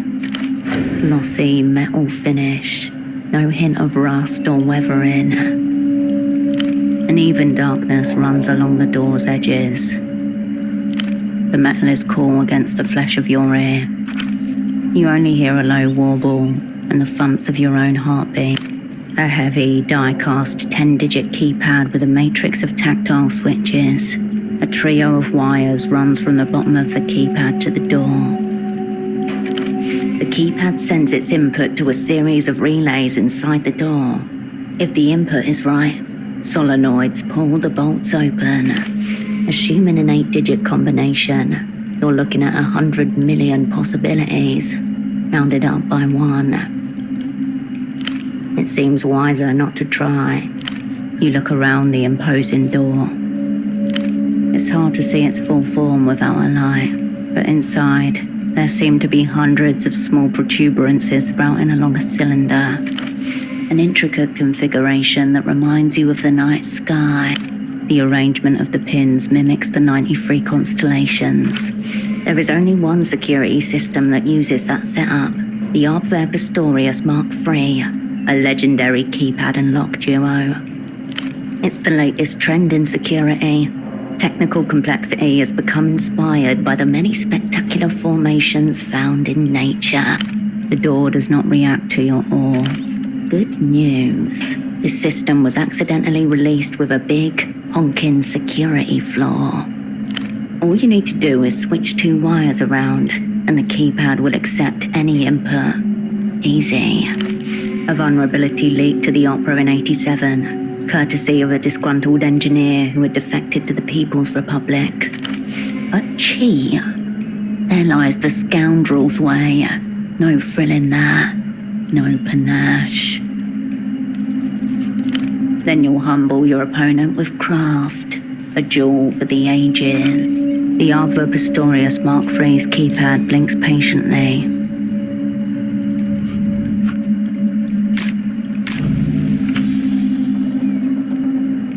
You reach for the wires, knowing that you're meant to unplug 2 of them. But which 2? Let's not risk it and back away from the keypad. The door glowers at you.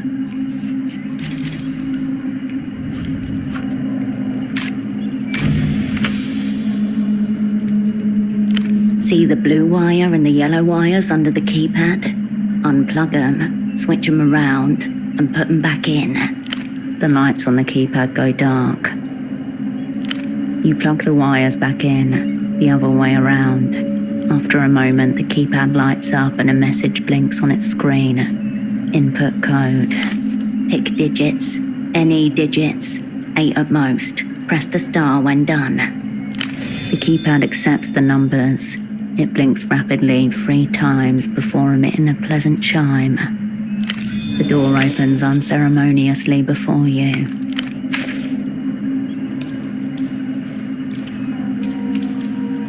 Out of the darkness emerges another wolf cup. Large, plastic, and glorious. A plastic wolf in round spectacles. He looks sort of bookish and reserved, actually. Blobs of yellow paint refuse to stare back at you. He carries himself with straight shot. Eager wolf joins the crew. Another plastic wolf cup in your hand. The cups have...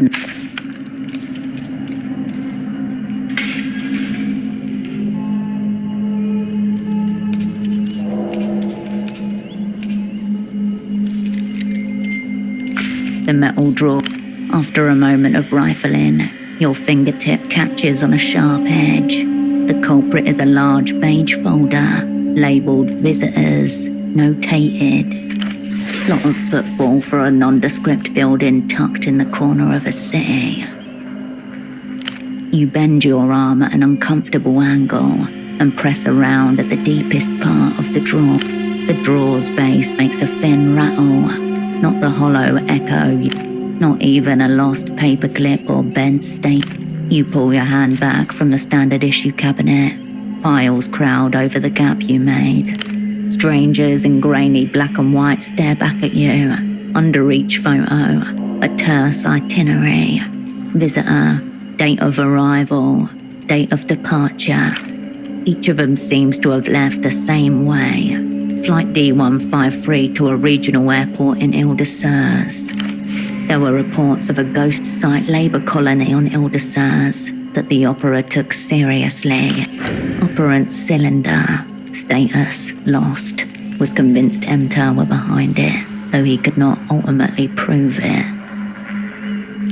Going by the dates, their visitors don't tend to stay long. This is a liminal space. Your time may be limited. You skip through the stack until your eye catches on a man's face. Mid-60s, eyes blown up by milk bottle glasses.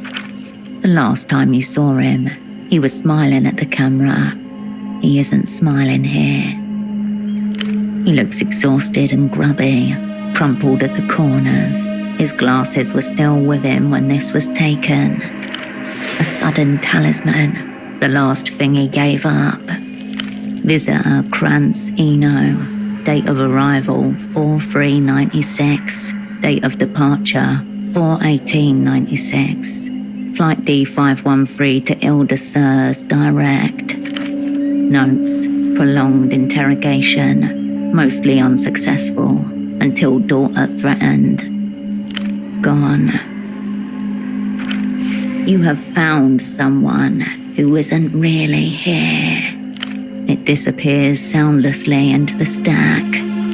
You look for any young woman by the name of Ultravioletta. You find none. Obviously a stage name. She could still be in here somewhere, unknown to you.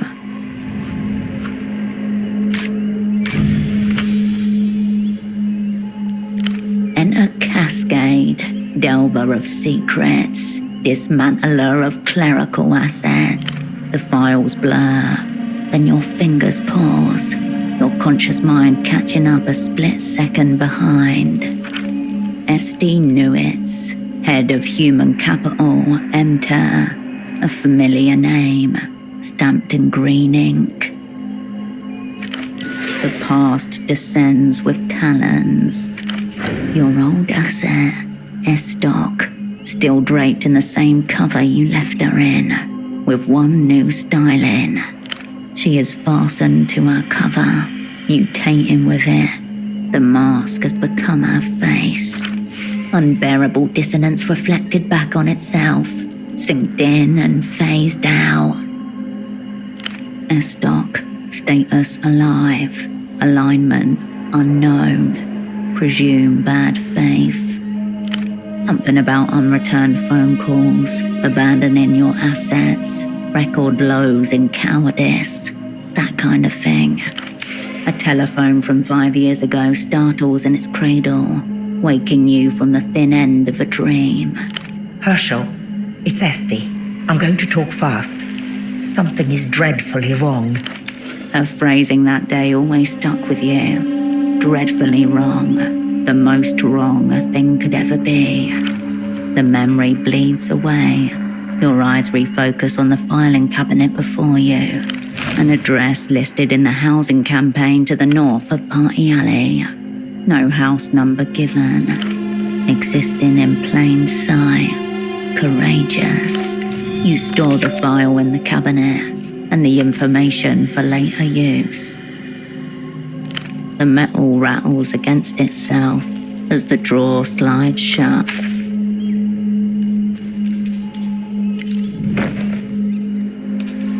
The heavy steel door contains a single small window. Next to it, another brand new intercom like the one upstairs. As with anything that talks in this city, it is emblazoned with the blue Renotel logo. Heavy condensation is obscured through layers of glass. Nothing can be seen here, in the domain of shadow and smudge. You hear a brief static crackle. You hold your ear to the box, living electricity buzzing along your ossicle bones. Somewhere in the amplified quasi-silence, there's a distant rustling, perhaps breathing. Don't you people ever tire?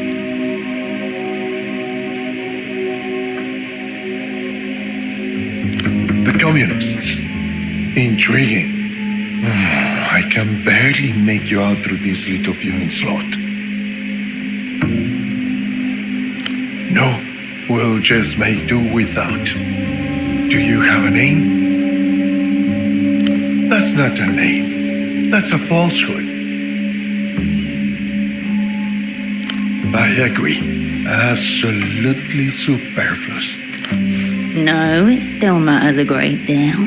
This little corner of the outline refuses to be filled in for now. Hello, oh nameless one. If you're from the opera, you must be Tempo del Sur's well-connected friend. A knot of tension forms between your eyes. Once again, you're a step behind. Don't let his evasions and insinuations throw you off course. The deal. You're here for the deal. A wave of static crashes over the line.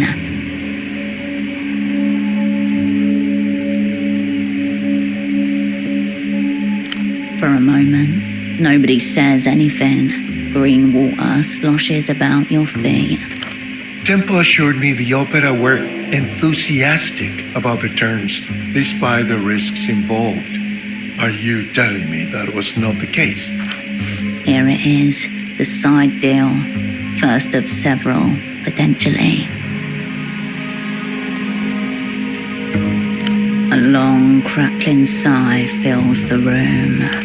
I procured for Tempo del Sur an extremely rare device. The only one of its kind outside the illuminated empire. Of course she did. I smuggled it out of the empire in my own diplomatic bag. Our friend was very insistent on this point. His end first. A detail the girl Yana conveniently left out. You need to confront her about this. But tell me, if Tempo is no more, what has become of this extremely rare device? Teenagers. Somehow both appropriate and terrifying. Not that it's any concern of mine just now, but I would not leave such a thing unaccounted for. That is what he called it, yes. I told him not to repeat it. It's a prototype for a new bootlegging device. I would tell you all about it. But really, it's best to see for yourself. Not that many. Only the big ones. It's not easy to leave the illuminated empire. Tempo promised he would call in certain favors. Alas, only one of us got what we bargained for. Please, my socks are so true. The buttons of my feet look like wrinkled tissue. I'd like to be out of here before my toes start to blacken. Let's not keep your masters waiting. There's a ritual in motion, Nameless One. One I suspect you've got an important part to play in. Soon there will... Wait! The phone line hisses and goes silent. Apologies. I had to attend to a personal matter. Right, the reason you're here. There's a very important man on his way to Portofiro as we speak. His name is Facundo Reyes.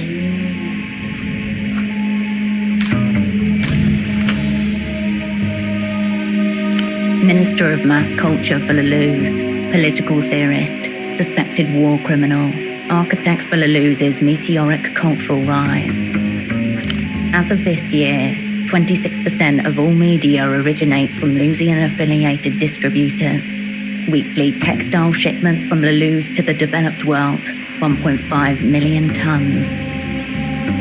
Estimated age, mid-70s. Known photos, 0. While his influence is immense, Reyes himself remains an unbroken cipher, despite repeated attempts to crack him. Halberd, zeroed out, 71. Redacted, declared null entity, 74. Sediment, zeroed out, 76. Vapor, lost, 81. Comfort, zeroed out, 86. Like all the opera's great enemies, Facundo Reyes is referred to primarily by his epithet. To his friends, he's still just Facundo. Secret treaties, matters of mass culture, all to be discussed with our mutual antagonists. I asked the same question and received an electrical shock to the scrotum for my troubles. Now I don't ask questions.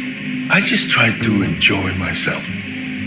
You could say it's my fault for thinking the developed world had anything to offer but degeneracy and mutation. Whoopsies. Just one question before you scurry back to your masters. Will it be you escorting me to the Superbloc? Or should I... What might have begun as an inhale of breath transforms into a static roar that fills up the audioscape. The edges of your eyes begin to burn, pooling at the back of your mouth, an unpleasant taste, petroleum. The ocean of static suffocates the air around you. If something human lies within, it is drowned too far to be heard. Footsteps right above you, coming this way, vanish now.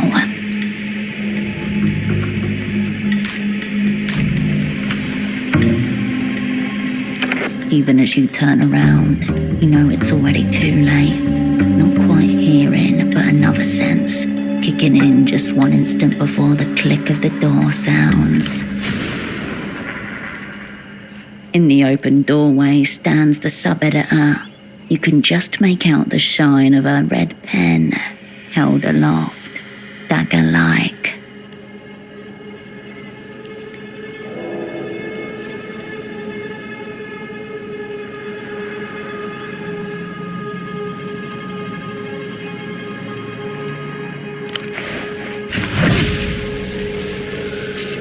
Cold liquid snatches at your steps like wet hands as you run towards your only hope at escape.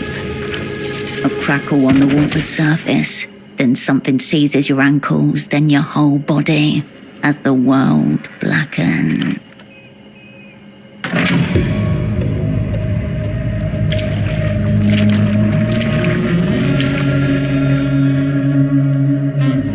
Hello again. The copy editor taps her red pen against the side of her face and stares at you unblinking. Here's what you were so desperate to see. Verdict.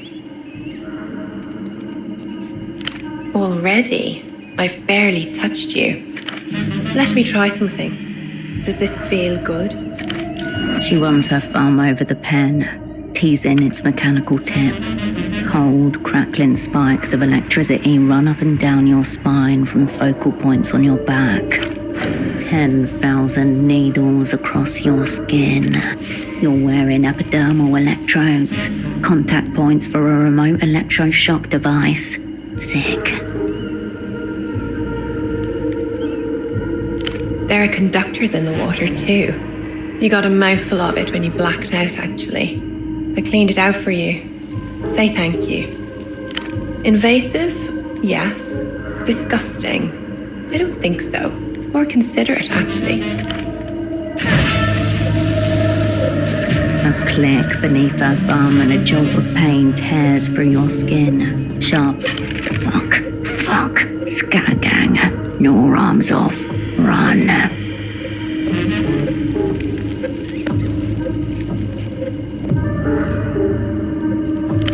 Still. Enough prelude then. Let's move straight to l'interlude. I am an interrogatrix for l'Empire sans territoire. Who are you?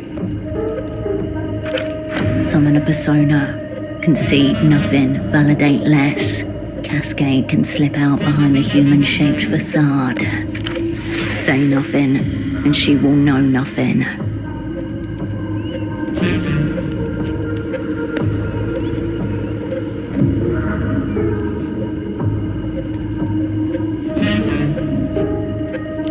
Don't put me to the test. Hold the line. She gets nothing. Because you'd have drowned if I hadn't picked you up off the floor, my lapinette. Keeps you upright. But good question. Why do you think you're tied to a chair draped in electrodes? You did indeed. However, that's not a hanging offense, or an electrocutable one, even though I was very much looking forward to it. Seems we're back to where we started. Who are you?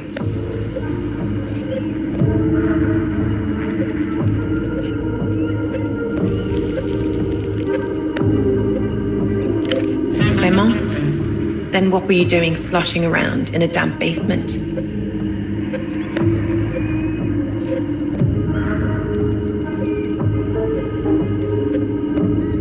Please, have you read the Nos Correntes? Even the published stuff isn't worth stealing. Click. Your body spasms, your joints strain. Microscopic sinews tear in your muscles. So, let me run my working theory by you. You're opera, right? Your right eye twitches. Thought so. I let you talk to our prisoner because I thought he might be chattier with you, and that you'd break more easily than him.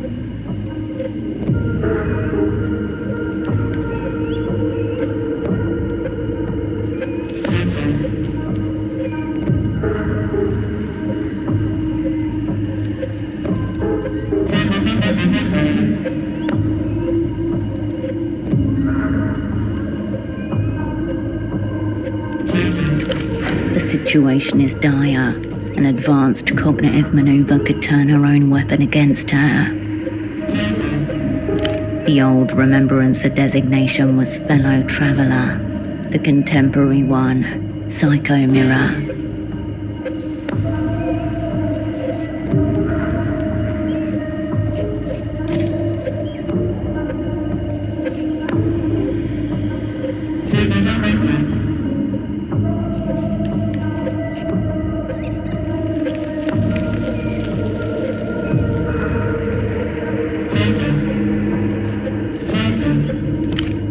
interrogator doesn't even notice.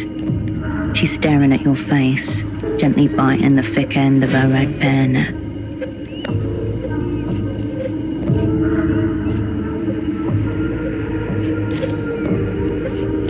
Despite the summoned spectre of failure shrieking above your head, your thoughts turn to the voice on the other end of the phone.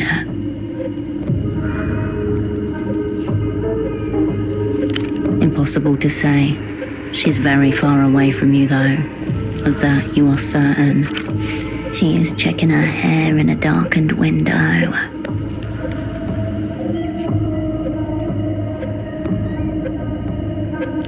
Someone who isn't a ghost sealed within a phone line. Someone with a face. She takes a final look in the black window and for the death of a moment sees your face. Or what she thinks of as your face caught behind it. Far above her, rain darkens the concrete of Novessa. Where have you gone? Come back to me. Click. Your muscles seize. Your head careens. You're as much a poet as I am. Slanderous. One more question on that. How does a poet end up getting shot in the heart? A memento from the protests in 81. The bullet by your heart. The one that could move an inch and kill you. Gunshot victim D. Long-range penetration. Anterior left chest entry wound with surrounding burning stain. No exit. Extraction impossible without death. She was scouring your body while you were out.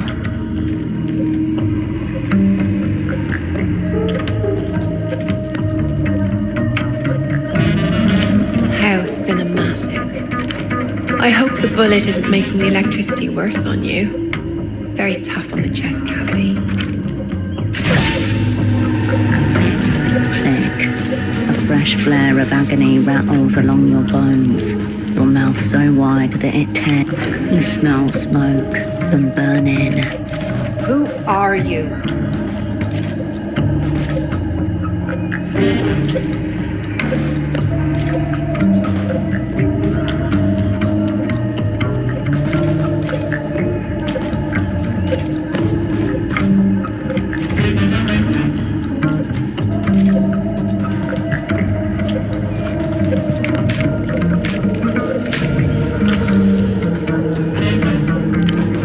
Her through the eye holes in your mask, painfully aware that she seems to be able to see them too. I can see you in there, just out of reach. You're a fraud, a liar, and I don't really need this little pen to find out exactly what you're hiding. You can feel her needling her way into your mind, poking at your thoughts, pushing her way inside. She grins, resurfacing with her prize. Cassandra? I found your cryptonym, didn't I? Hello, Cascade.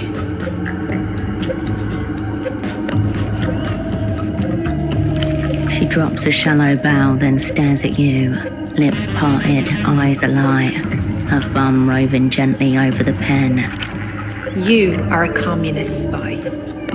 What is your name? Just tell her. Fuck it. Do you have any affiliations outside the Operant Bureau? Strange question.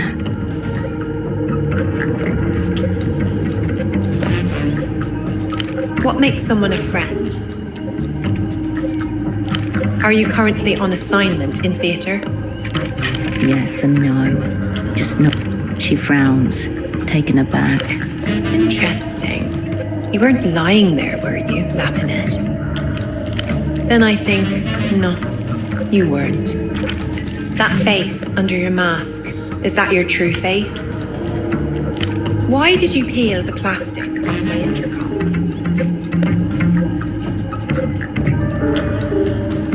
Do you really believe the things you say? Do you find me attractive? What does the opera want with the prisoner?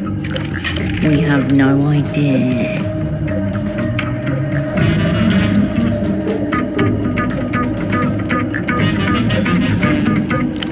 He taps the pen gently against her lips, sending tiny little jolts through the conductors on your skin.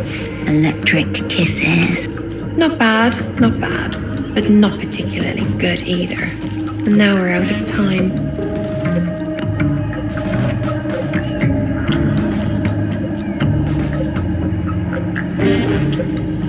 Oh, I love to hear you say that. But it isn't true. Someone intervened on your behalf. Your own personal star. You are forever cradled in the 10,000 limbs of the party. Toute chose qui existe en dehors de l'Empire est une chose sans valeur. Good boy, Hershel.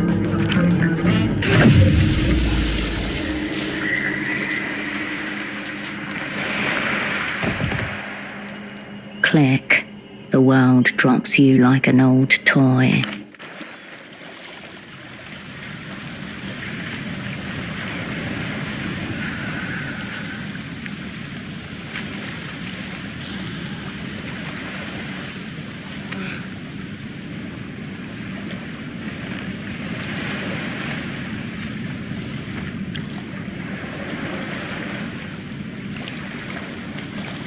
You wake to blurry vision, thudding ears and a dull ache in your lower spine. The setting sun is hot on your face. Purple light spots are burned into the back of your eyelids. Alive. You have infiltrated the enemy's labour camp, an opportunity to build communism in Capital's backyard. Springs dig into your back as you shift position. Your skin feels like it's still crackling. Maybe an after effect of the shocking. Maybe the first symptom of your augmentoid ascendance. Someone is standing nearby, watching you. Your eyes realign and find a young girl staring at you. I was with my dad, but he had to go grown-up fishing. He said I could take the tram home all by myself. It will be dark. Can you help me with something? I need to get this knot undone. The girl holds out a You take the hook and its clot of near-invisible wire. Double. Lost in theatre. Status captured, interrogated. Loyalties non-existent. Conclusion, failure. Brackets inevitable. Your hands are trembling. The child is asking for your help. Mantis shrimp. But they move pretty fast. It's a haphazard tangle of wire, formed on the universe's whim. Still, it conjures up an uncomfortable feeling in you. Your wrists burn, the skin chafed, your shoulders ache from the pull. You pick at the wire, your fingernails slipping off the fine thread. Here and there, you make progress, tougher than it looks. That's why you're here again, isn't it? To show 'em all. Are you okay? Did something happen to you? Nothing a prolonged ideological realignment session won't fix. Atoning. Okay, but you seem so... You tug on the last loop of thread. Cool. Thanks so much. Oh, yeah. The man told me to give this to you. She holds out a clock. The man with no heart. Owlsman, the null persona. Yeah. Is he your dad? Oh, okay. Adult stuff. It appears to be an origami rendering of some kind. An anatomically correct hue. Contoured, dynamic, expressive. A shining example of the form. Or at least it would be, if it hadn't been subjected to the inside of a 10-year-old's pocket. Easier, yes, but less fulfilling. The flattened paper reveals a handwritten message within the shape. Big ticket item about to hit the organ block. Opening bids already coming in by payphone. Party app. Below the scrawled text, a childlike drawing of a heart, coloured in red. Owlsman no doubt organised your release from the jail.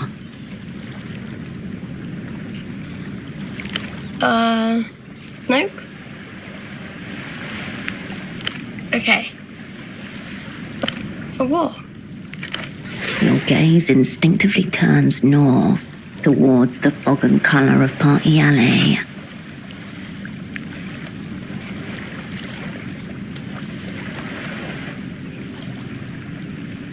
This marked payphone then. It seems someone will be waiting for you on the other end.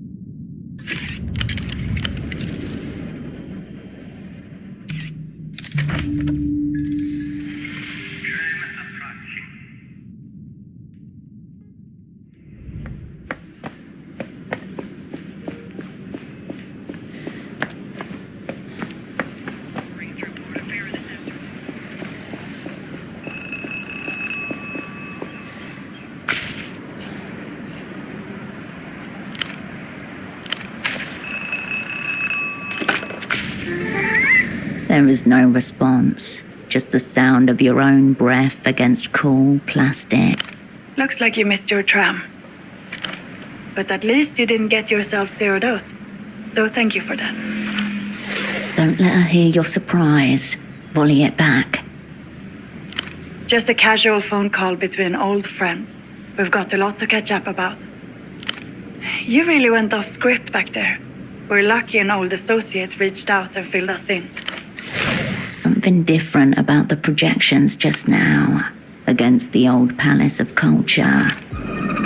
Today, zero soul down. Artificial dreams flicker against the wall, fleeting promises of what could be yours for the price of a few soul. We're only as good as our sources, even when those sources don't technically exist. You know, I've heard in the developed world they have semioticians who insert secret meta-messages into advertisements. Summer, get out of... Messages that bypass the mind's conscious defenses entirely, going straight from your senses into your preconscious. Moss, your task etches itself in the folds of your subconscious. Shh, Operant. Not everything that can be said should.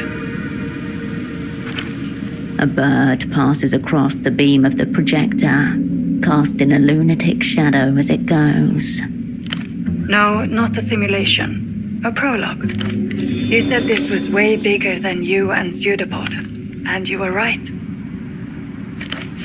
Already the outlines of the whole picture are beginning to shimmer. Your fingers tingle at the chance to fill them in. Assassinate a high-ranking foreign official. Return to the Operant Bureau's graces. This is the offer that's been extended to you. Dice cupped in the Manusvati, ready to be flung across the board. Let's talk about what you need now. A plan, a tool, some friends.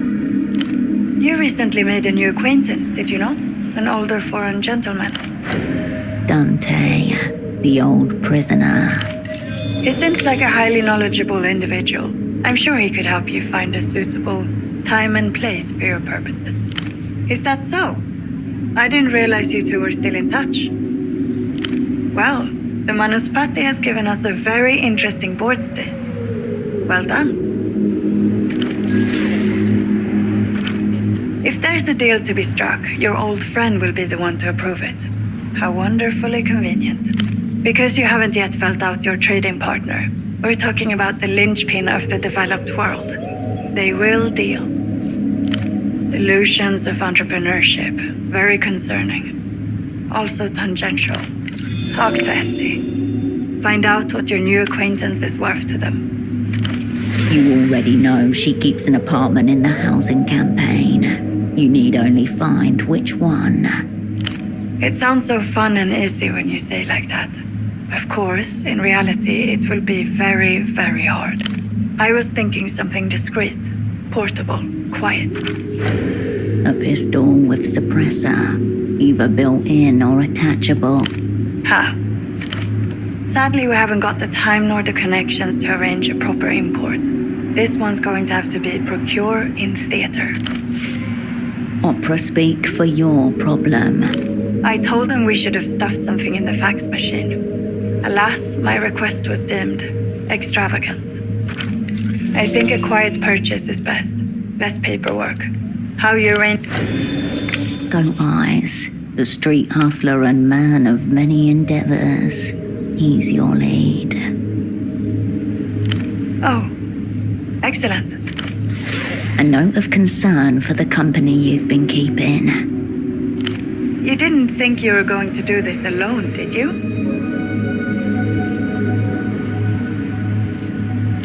I was thinking someone to watch your back, carry your purse. Be that as it may, you're going to need a squad. Squad, from square, a formation that can defend itself in 4 directions. The knight errant, to assemble and guide the rest. The cupbearer, to stand by you absolutely. The astronomist, to reflect things in a different light. The fool, for a reason known only to one. Right. The stress of the job seems to have left your double somewhat... impressionable. Inert. I would probably count him out for this assignment. No question. You and he always got along. Friends even. Good with wires and things, wasn't he? A decent fool. No phone line is safe when he's on your side. That's a great shame. I'll make sure he gets his unmarked star. Much like your old friend himself. Worth asking about her availability in any event. Oh, you're serious? We don't have to rehash ancient lore. But if you were to insist, he could take up his old role as your astronomist. Another unmarked star. What a shame. For your squad, probably not. But she may end up playing an important role all the same. Yes, she probably would take any role you offered her. Her, I actually have a note on here in my files. Seems her father set up a clinic on a houseboat somewhere in Quisach.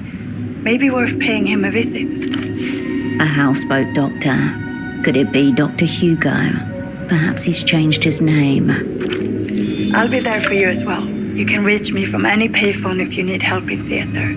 For anything extra sensitive, you can call me from the phone in your apartment. It's a pleasure to be working together again. Now get some rest. Don't fall for false advertising. A click.